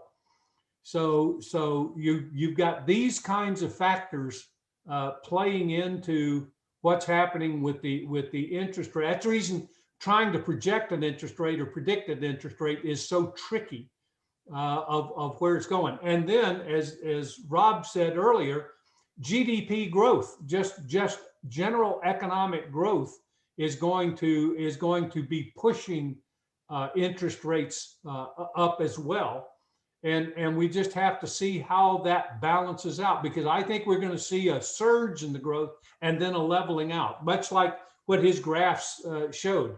We might all disagree on exactly I always get tickled with economists, being one myself, that we try to take everything out to the decimal point, whether the GDP is going to be 4.3 or 4.4. Well, Lord, we can't measure it within 1%, one whole percentage point, much less the decimal points. But those are the answer to that question is, there are multiple factors, and it's right now expected inflation and GDP growth in the next 6 months that are going to affect the interest rates in the short run. Yep. Well, that's wonderful. That last question that I've got here from Kent, he was just commenting that the relief package will definitely do a lot to retain local government employees, whether you like them or not. I haven't seen a whole lot of them let go, but that's a challenge. It's kept those services in place. But Dr. Gaines, we really, really appreciate you coming on board, sharing your perspectives. I know the Dallas division is hopeful to have you back later on in the year, and we can see if all these things have come true. Maybe we'll pass out the presentation and see how close you are on it. But the perspective is always insightful, and it's always very welcome here at the Dallas Builders Association. So we really appreciate your time and really appreciate your perspective as always. My pleasure. Thank you, Phil. All right, thank you. So we'll start the transition to really look into this lumber issue, but realizing that there are similar dynamics happening in a lot of different commodities. It's not just lumber. I've heard things from copper wire. I've heard things from attic foil, radiant barrier, all sorts of issues that, quite frankly, I feel just kind of getting a sense that we're hitting an inflection point on this. And I know some of the stats that David is about to share with us are really going to, I think, be sobering in that regard. And we can kind of have a real talk on what's going on and what the challenges are on his desk. But before that, a couple more announcements. I'm just trying to sprinkle these in as we make the transition and start sharing the slides up there. The kind of on the theme of in-person meetings, the 2021 Mcsam Awards, Raising the Bar, that is back. We're going to have a hybrid in-person and streaming live Mcsam experience on July 24th at 6 p.m. at the Westin Galleria in Dallas. Entries are now open for Dallas BA Volume Builder, Multifamily, and Developer members. So proceeds, big thanks to the Mcsam Committee on this, proceeds are going to help for the rebuild of the Dallas BA office. And I think everybody has seen some of the videos or some of the photos of all the damage that we've had there. I just did one here yesterday, kind of a live video taking you through what that looks like right now. That's up on our YouTube channel, but we're gonna try to see this as a learning experience and see opportunity in every difficulty. One of those opportunities are a series of videos that I know past President Turner's got one coming out next week that will kind of look into aspects of the rebuild and aspects of what water damage can do to a structure like ours.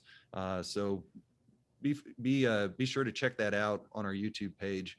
A lot more coming, and really appreciate everybody who's contributed to the rebuilding fund. That's going to help us make that space even better than before.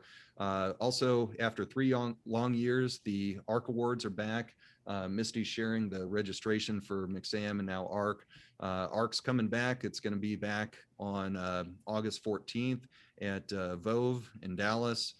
You can check that out at arcawardsentrys.com, and those entries will open up on April 1st. So no kidding, April Fool's Day, you're going to have the ARC Awards open and back as a black tie gala, and I'm really excited to have that.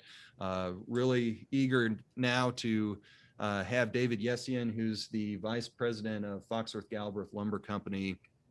One thing I want to make clear on this, and I know that his graphs are going to show, is that a lot of builders I talk to, they'll see their lumber bids, they'll see this for a lot of different materials, and they'll get upset and they'll just point that way and they'll say, well, you know, the problem is everybody over here, and we're going to be upset at them. But by and large, as you're going to see here, David is dealing with the same issues further up the supply chain that you are too. And it's a tricky, if not unprecedented, world for him and his colleagues out there. So I think some of these graphs and commentary will be pretty insightful on the situation as he sees it, and will hopefully give you an idea of what it looks like out there and some of the influencers. So David, I really appreciate you being here to take the home stretch of the State of the Industry Summit, and let you get going with some of your graphs and insight on this issue. And we can, as always, keep the conversation going with the Q&A and chat. So keep those coming, y'all. Thanks. You bet. Thanks. Thank you, Phil. Well, I'm going to echo Dr. Dietz's presentation. Certainly top of mind with the builders is the supply issue. And I've kind of divided the presentation into 2 parts, lumber and panels. Both have unique issues relevant to the industry. And I've also kind of curtailed it to the Dallas-Fort Worth market, because we do operate with a different species of product down here in the Southwest. So we are definitely abnormal in our pricing today. And you can see this is 2x4 Southern Yellow Pine. And we are a yellow pine market, mainly here in DFW. We are at levels that are unprecedented. We're up here, and, you know, keep in mind, you know, we've sustained that level now since December.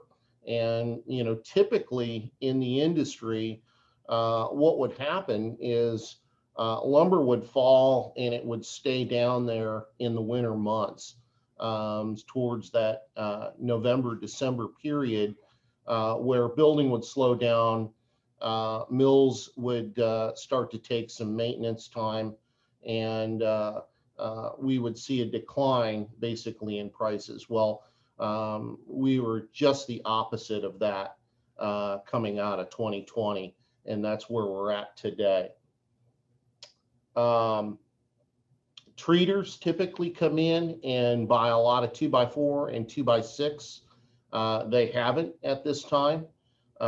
Inventories across the system are still relatively low, meaning distribution and wholesalers have not taken a position in products, and the result is the mills having more control over pricing. 2x6 did show some weakness here in the last couple of weeks, and but we're still abnormally high. When Dr. Dietz talked about that $700 range, that's kind of a medium, and he's likely correct in the fact that our pricing won't go below that in the coming months. 2x12, this is an interesting dynamic as well. Unprecedented numbers here. in yellow pine, and typically it's driven up in the wetter months, but we haven't seen prices like this. It makes log harvesting a little more difficult to get products to the mill, and as a result, the pricing has been driven up.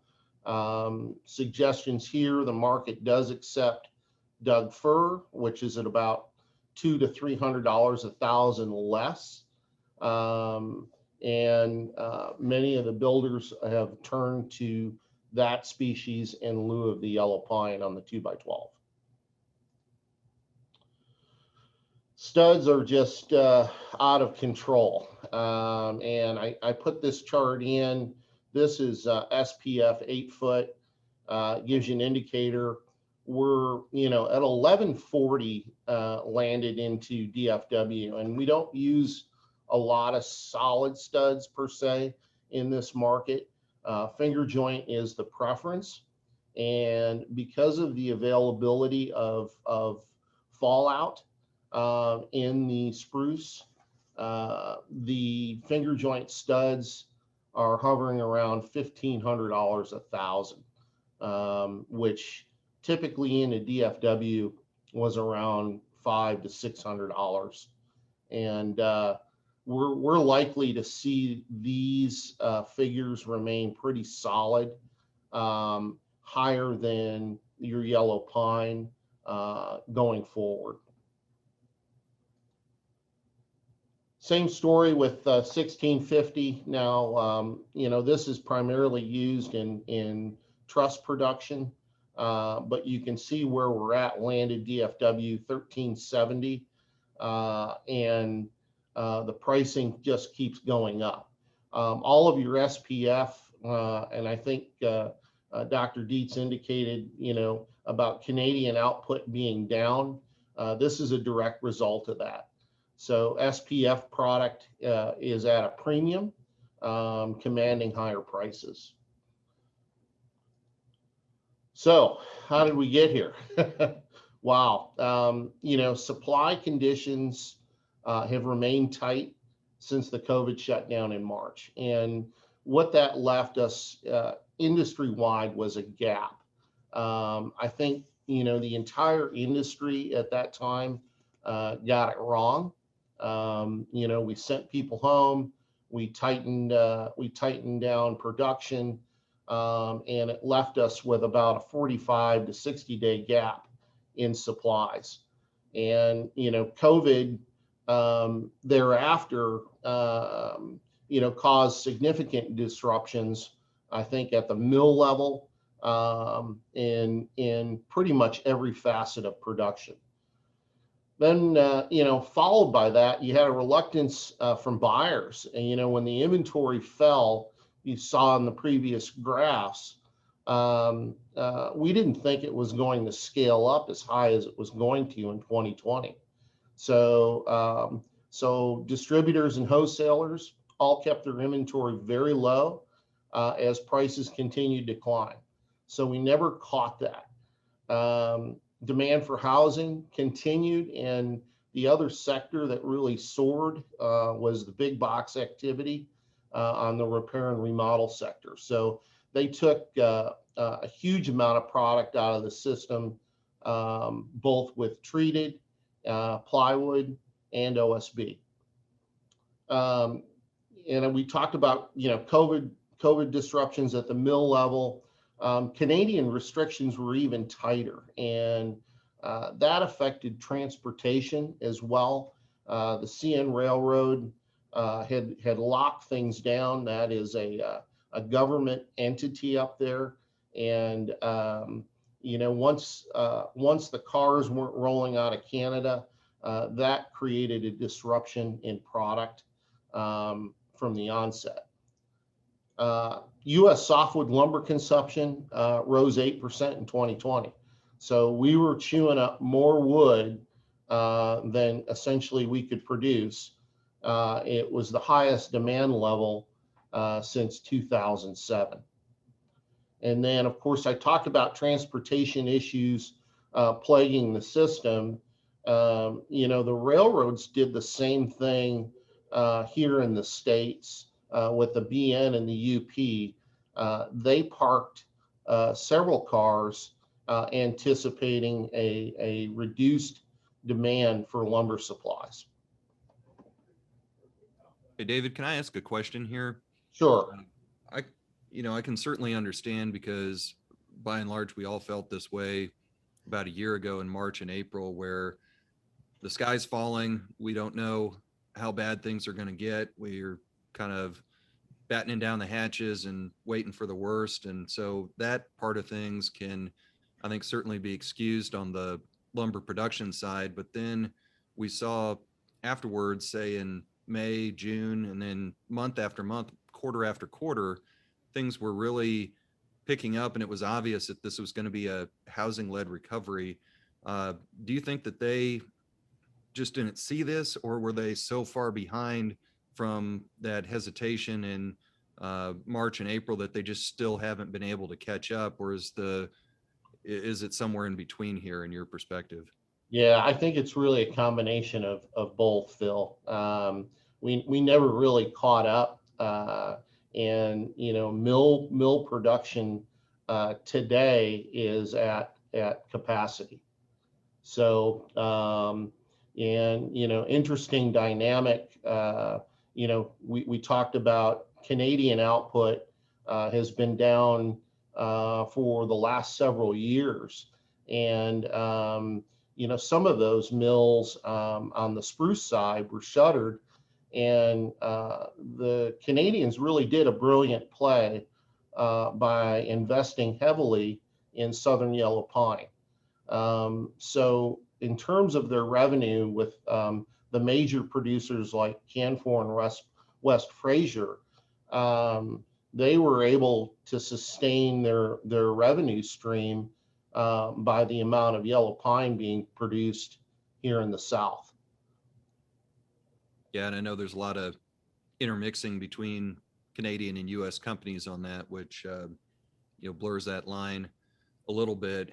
Can you speak a little bit to, and I'll let you finish up the presentation here certainly as well, but just, Dr. Dietz was kind of talking about in the conversation that we had with just the difference in how it's harvested. And, I know we have the COVID related restrictions and capacity issue on the mill side, but is there anything related to harvesting? Obviously, we mentioned the difference between being harvested public lands up in Canada, privately here in the US. But is that keeping up enough to let the mills try to catch up or stay at capacity, or are there issues there as well? Yeah, I don't really see where log supplies played a huge issue. Of course, Dr. Dietz had mentioned that the Canadian stumpage is governed by the government, and they set the price.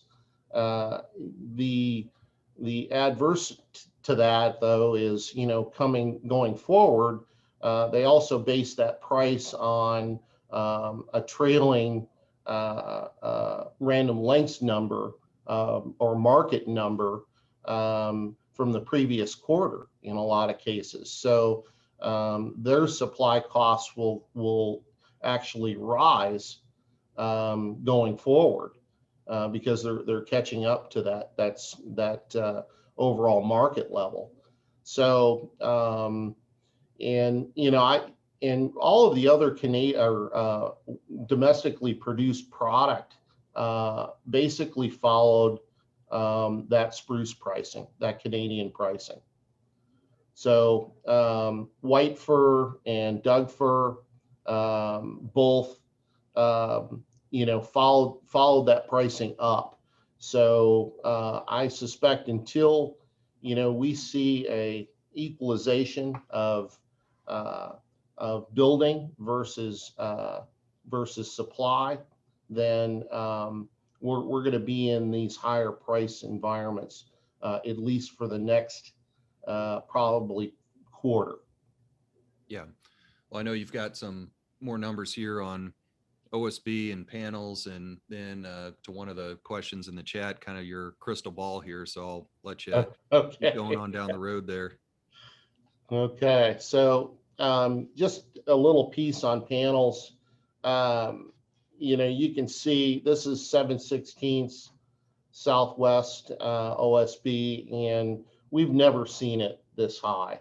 This is upwards of $30 a sheet coming into our yards, 33.12 to be exact. And these numbers don't include freight. So all of your producers are at capacity today, and there just isn't enough. We've got mills that are scheduled to come online the third and fourth quarter of this year. So we're likely to see these numbers sustain themselves. This is flooring, and I'll talk a little bit about the factors driving these two figures. The biggest one were initially all the same factors driving the lumber prices were attributed to panels with the COVID. There was a limited number of mills producing OSB and plywood compared to softwood lumber. So, you've got a significantly less mill presence on the panel side. One thing that the mills did do this past year is the contracted material was reduced to folks like wholesalers and distributors. End users are the preference for OSB mill suppliers, and so our contracts did not get affected, but then we're also bound to the prices that are on the print, around Random Lengths print every week. So that gave mills more control over the selling price. We had weather-related issues in the South last year, and that affected the resin that is used in production of the OSB. So consequently, flooring became more difficult to obtain. There's more resin going into that type of panel, whether it be 19/32 or 23/32 TNG. And so availability of that is still constrained today.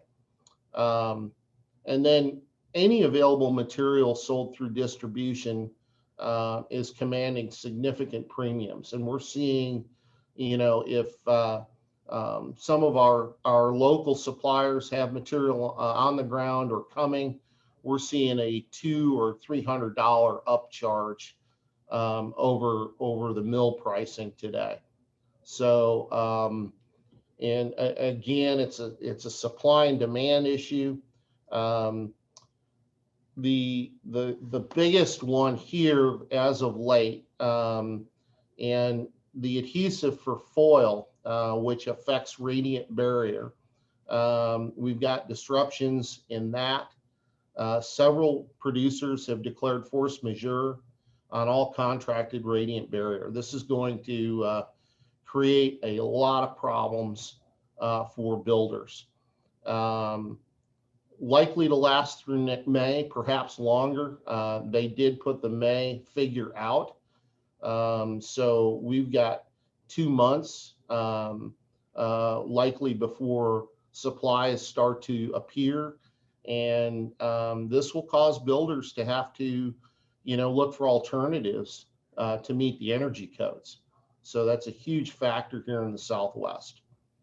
Yeah, I saw a couple of kind of red alerts on that going out, and that is definitely going to be a big disruptor. And that's absolutely why I'll be down in Austin on Monday testifying for our energy code bill that gives builders a lot more flexibility when it comes to energy code compliance, instead of just having prescriptive requirement for radiant barrier material.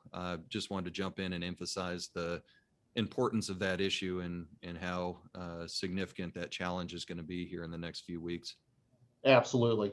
And then plywood shortages are beginning to appear, as builders make substitutions for OSB.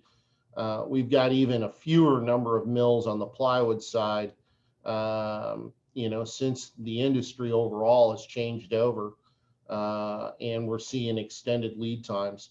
We talked about imported goods, plywood and OSB, as well as Euro spruce, have all experienced port delays due to the amount of goods waiting to be unloaded.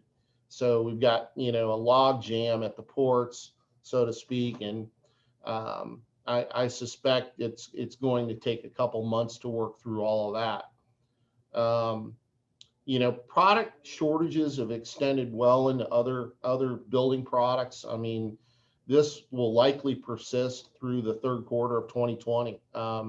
We've got sidings and sheathing, which are two very important categories that are all several months out in terms of lead times.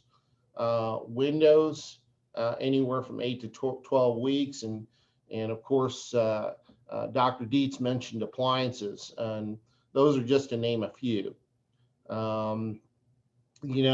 Housing trends will be the leading indicators for the lumber market strength and stability, but I think our pricing levels are likely to extend into the third quarter. Panel markets will remain in a disarray throughout the summer season. I think affordability and appraised values will be some economic factors influencing purchasing decisions. I think the appraisal situation is one to watch too, because most appraisers aren't going to understand these dynamics and aren't going to be able to apply the appropriate valuation that accounts for these big swings we've been seeing. Yeah. And that's a challenge that I know the association doesn't take lightly, and we're trying to at least provide the proof and provide the information that appraisers need to still value those appropriately and not encumber transactions. Yeah. So I'm hopeful that the staffing issues associated with COVID will start to ease as we see more vaccinations out there. Yep. And that's it. Well, David, it's a pretty stark landscape when you look at some of those graphs that you shared with us.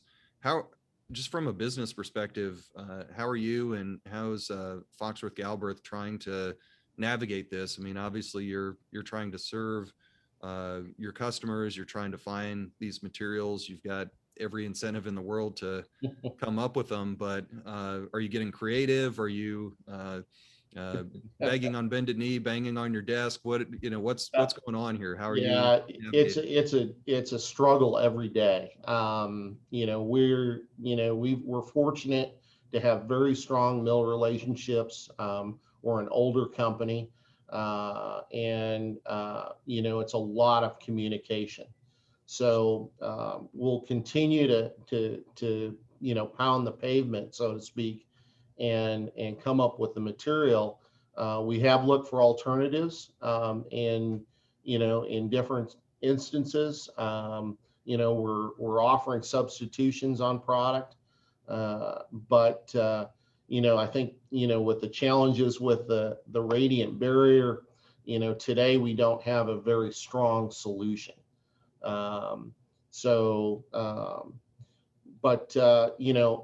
Not to mention the monetary aspect of this entire market. We had typical rail cars of $30,000 to $40,000, now averaging $100,000 to $120,000. Shuffling the funding around has been a challenge as well for our CFO.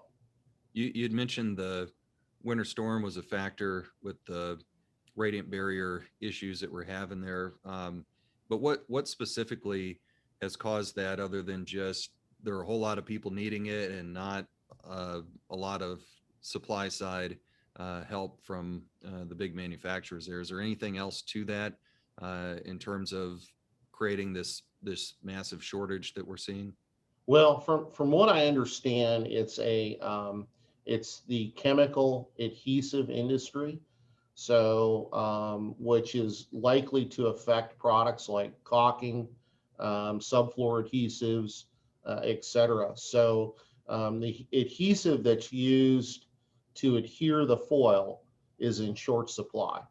So we've got about a 25-day gap in that due to this last round of winter storms. So it's just extra demand. I've heard kind of back to the lumber situation that there are many mills that have and continue to run 2 shifts when they should be running 3. But then you mentioned that they're basically at full capacity and running full bore. Is there more that we could get out of the mills, and are there any efforts that you're seeing on their part to answer the bell a little bit better than they've been able to the last few months? Short term, no. So, we do need to see more production coming out of Canada and domestically as well on the white fir and Doug fir side of things. But I have not seen, yellow pine will be the first probably to get caught up.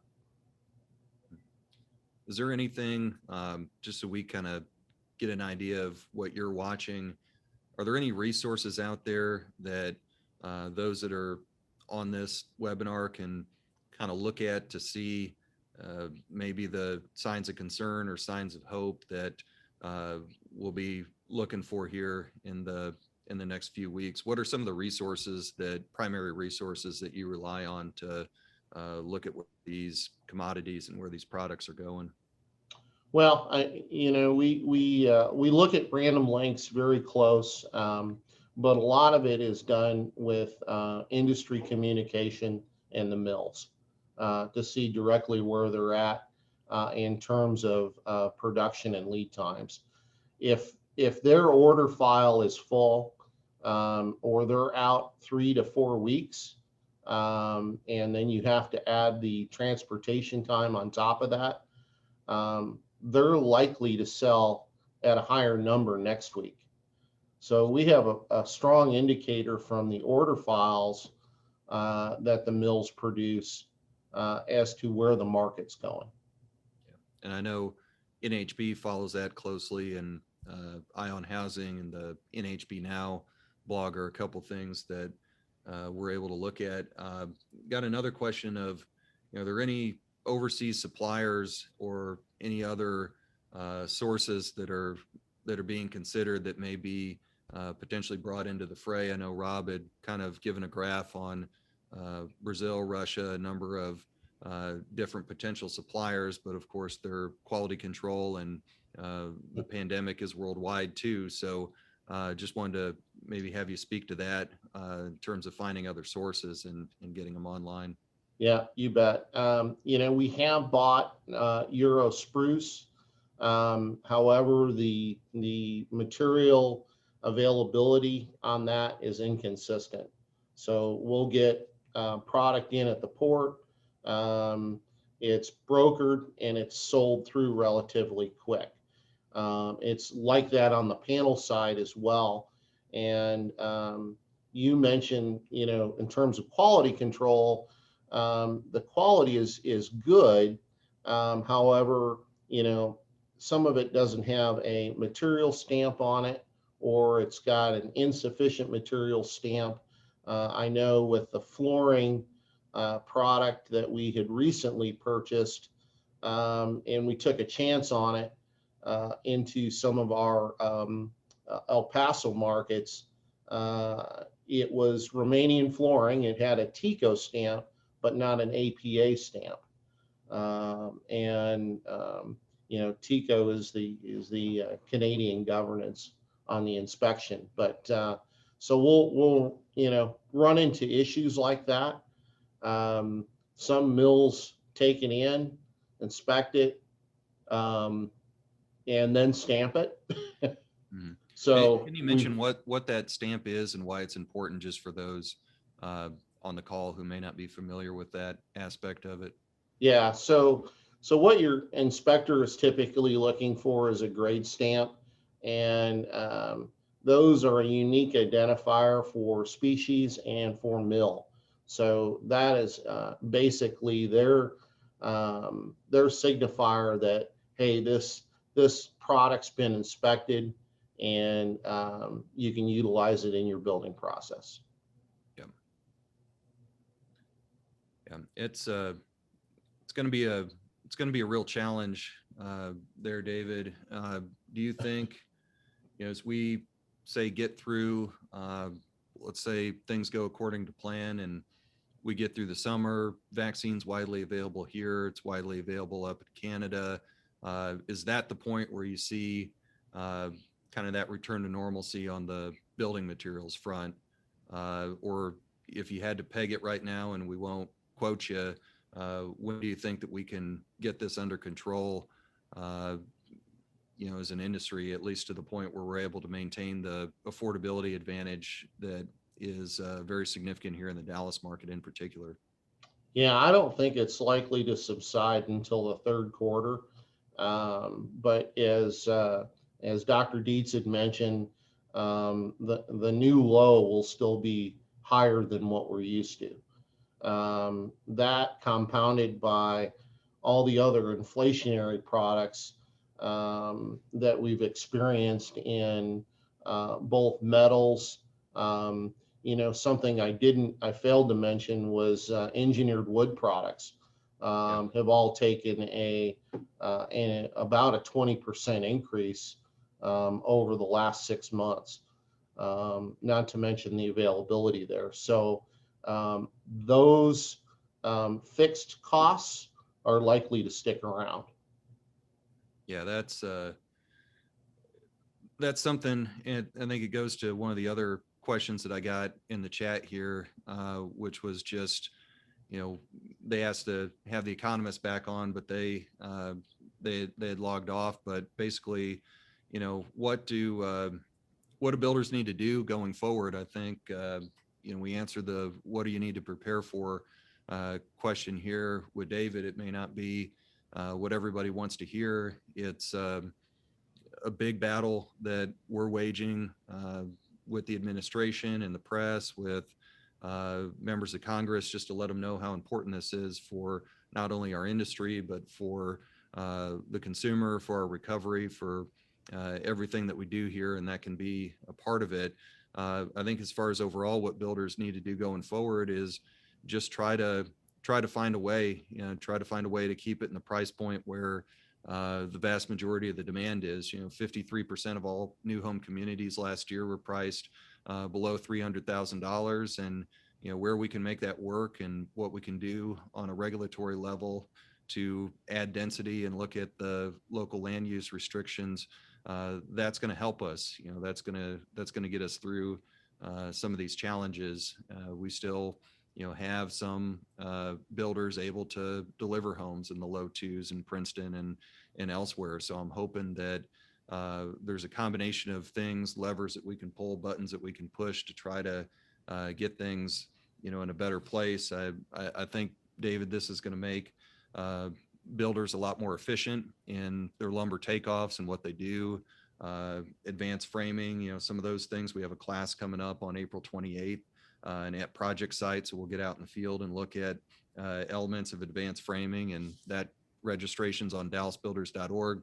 And that kind of leads me to my last question for you, David. Is there anything that you're seeing out there as far as the way builders are looking at this, or just some innovations that are happening with the way that we frame houses, or anything else in your industry that may be leading to some efficiencies and helping with this at all? What are the big kind of top one or two trends there? Well, unfortunately, there hasn't been a lot of innovation, and I think that's a direct result of a lot of the shutdowns and so forth.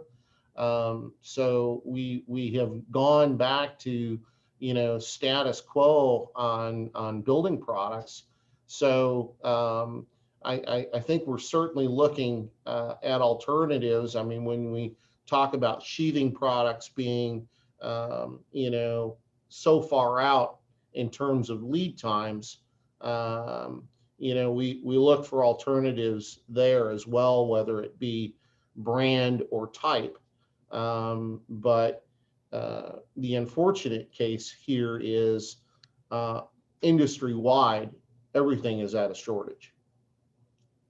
Yeah, and there's just no way through it in a lot of ways, but to kind of ride it out. I like to think though that this will lead to some innovations in terms of how we frame, how little we waste, which has a lot of economic and environmental benefits too. And these are things that we can take as lessons going forward and try to get through it. But David, I really appreciate your perspectives. I know you're kind of right on the front lines of dealing with some of these challenges and trying to serve your clients and your customers as best as you can. And again, we appreciate the support in that regard. You bet. Thanks, Phil.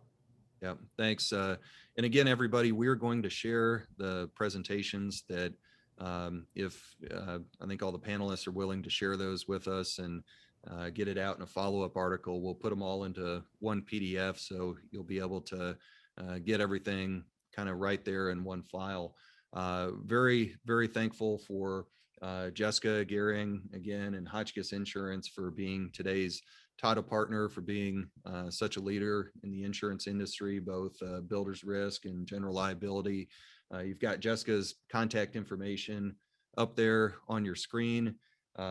We've got a lot of good information here and a lot of things that we're tackling, we're dealing with every day on your behalf. And again, that's why we exist as a builders association. We're here to help you try to take care of some of these things that keep you up at night, because they keep us up at night, and solving these problems motivates us to go to work and get them done for you. So again, appreciate your time today. Appreciate Hotchkiss Insurance, all the panelists that we've had with some great information. And that's it for the State of the Industry Summit. I'm looking forward, as we open things up and get things moving, to seeing you all here shortly in person. And we'll keep you apprised of how our office is going and all the fun things that we're going to have coming up here. So again, appreciate it. We'll see you here down the road.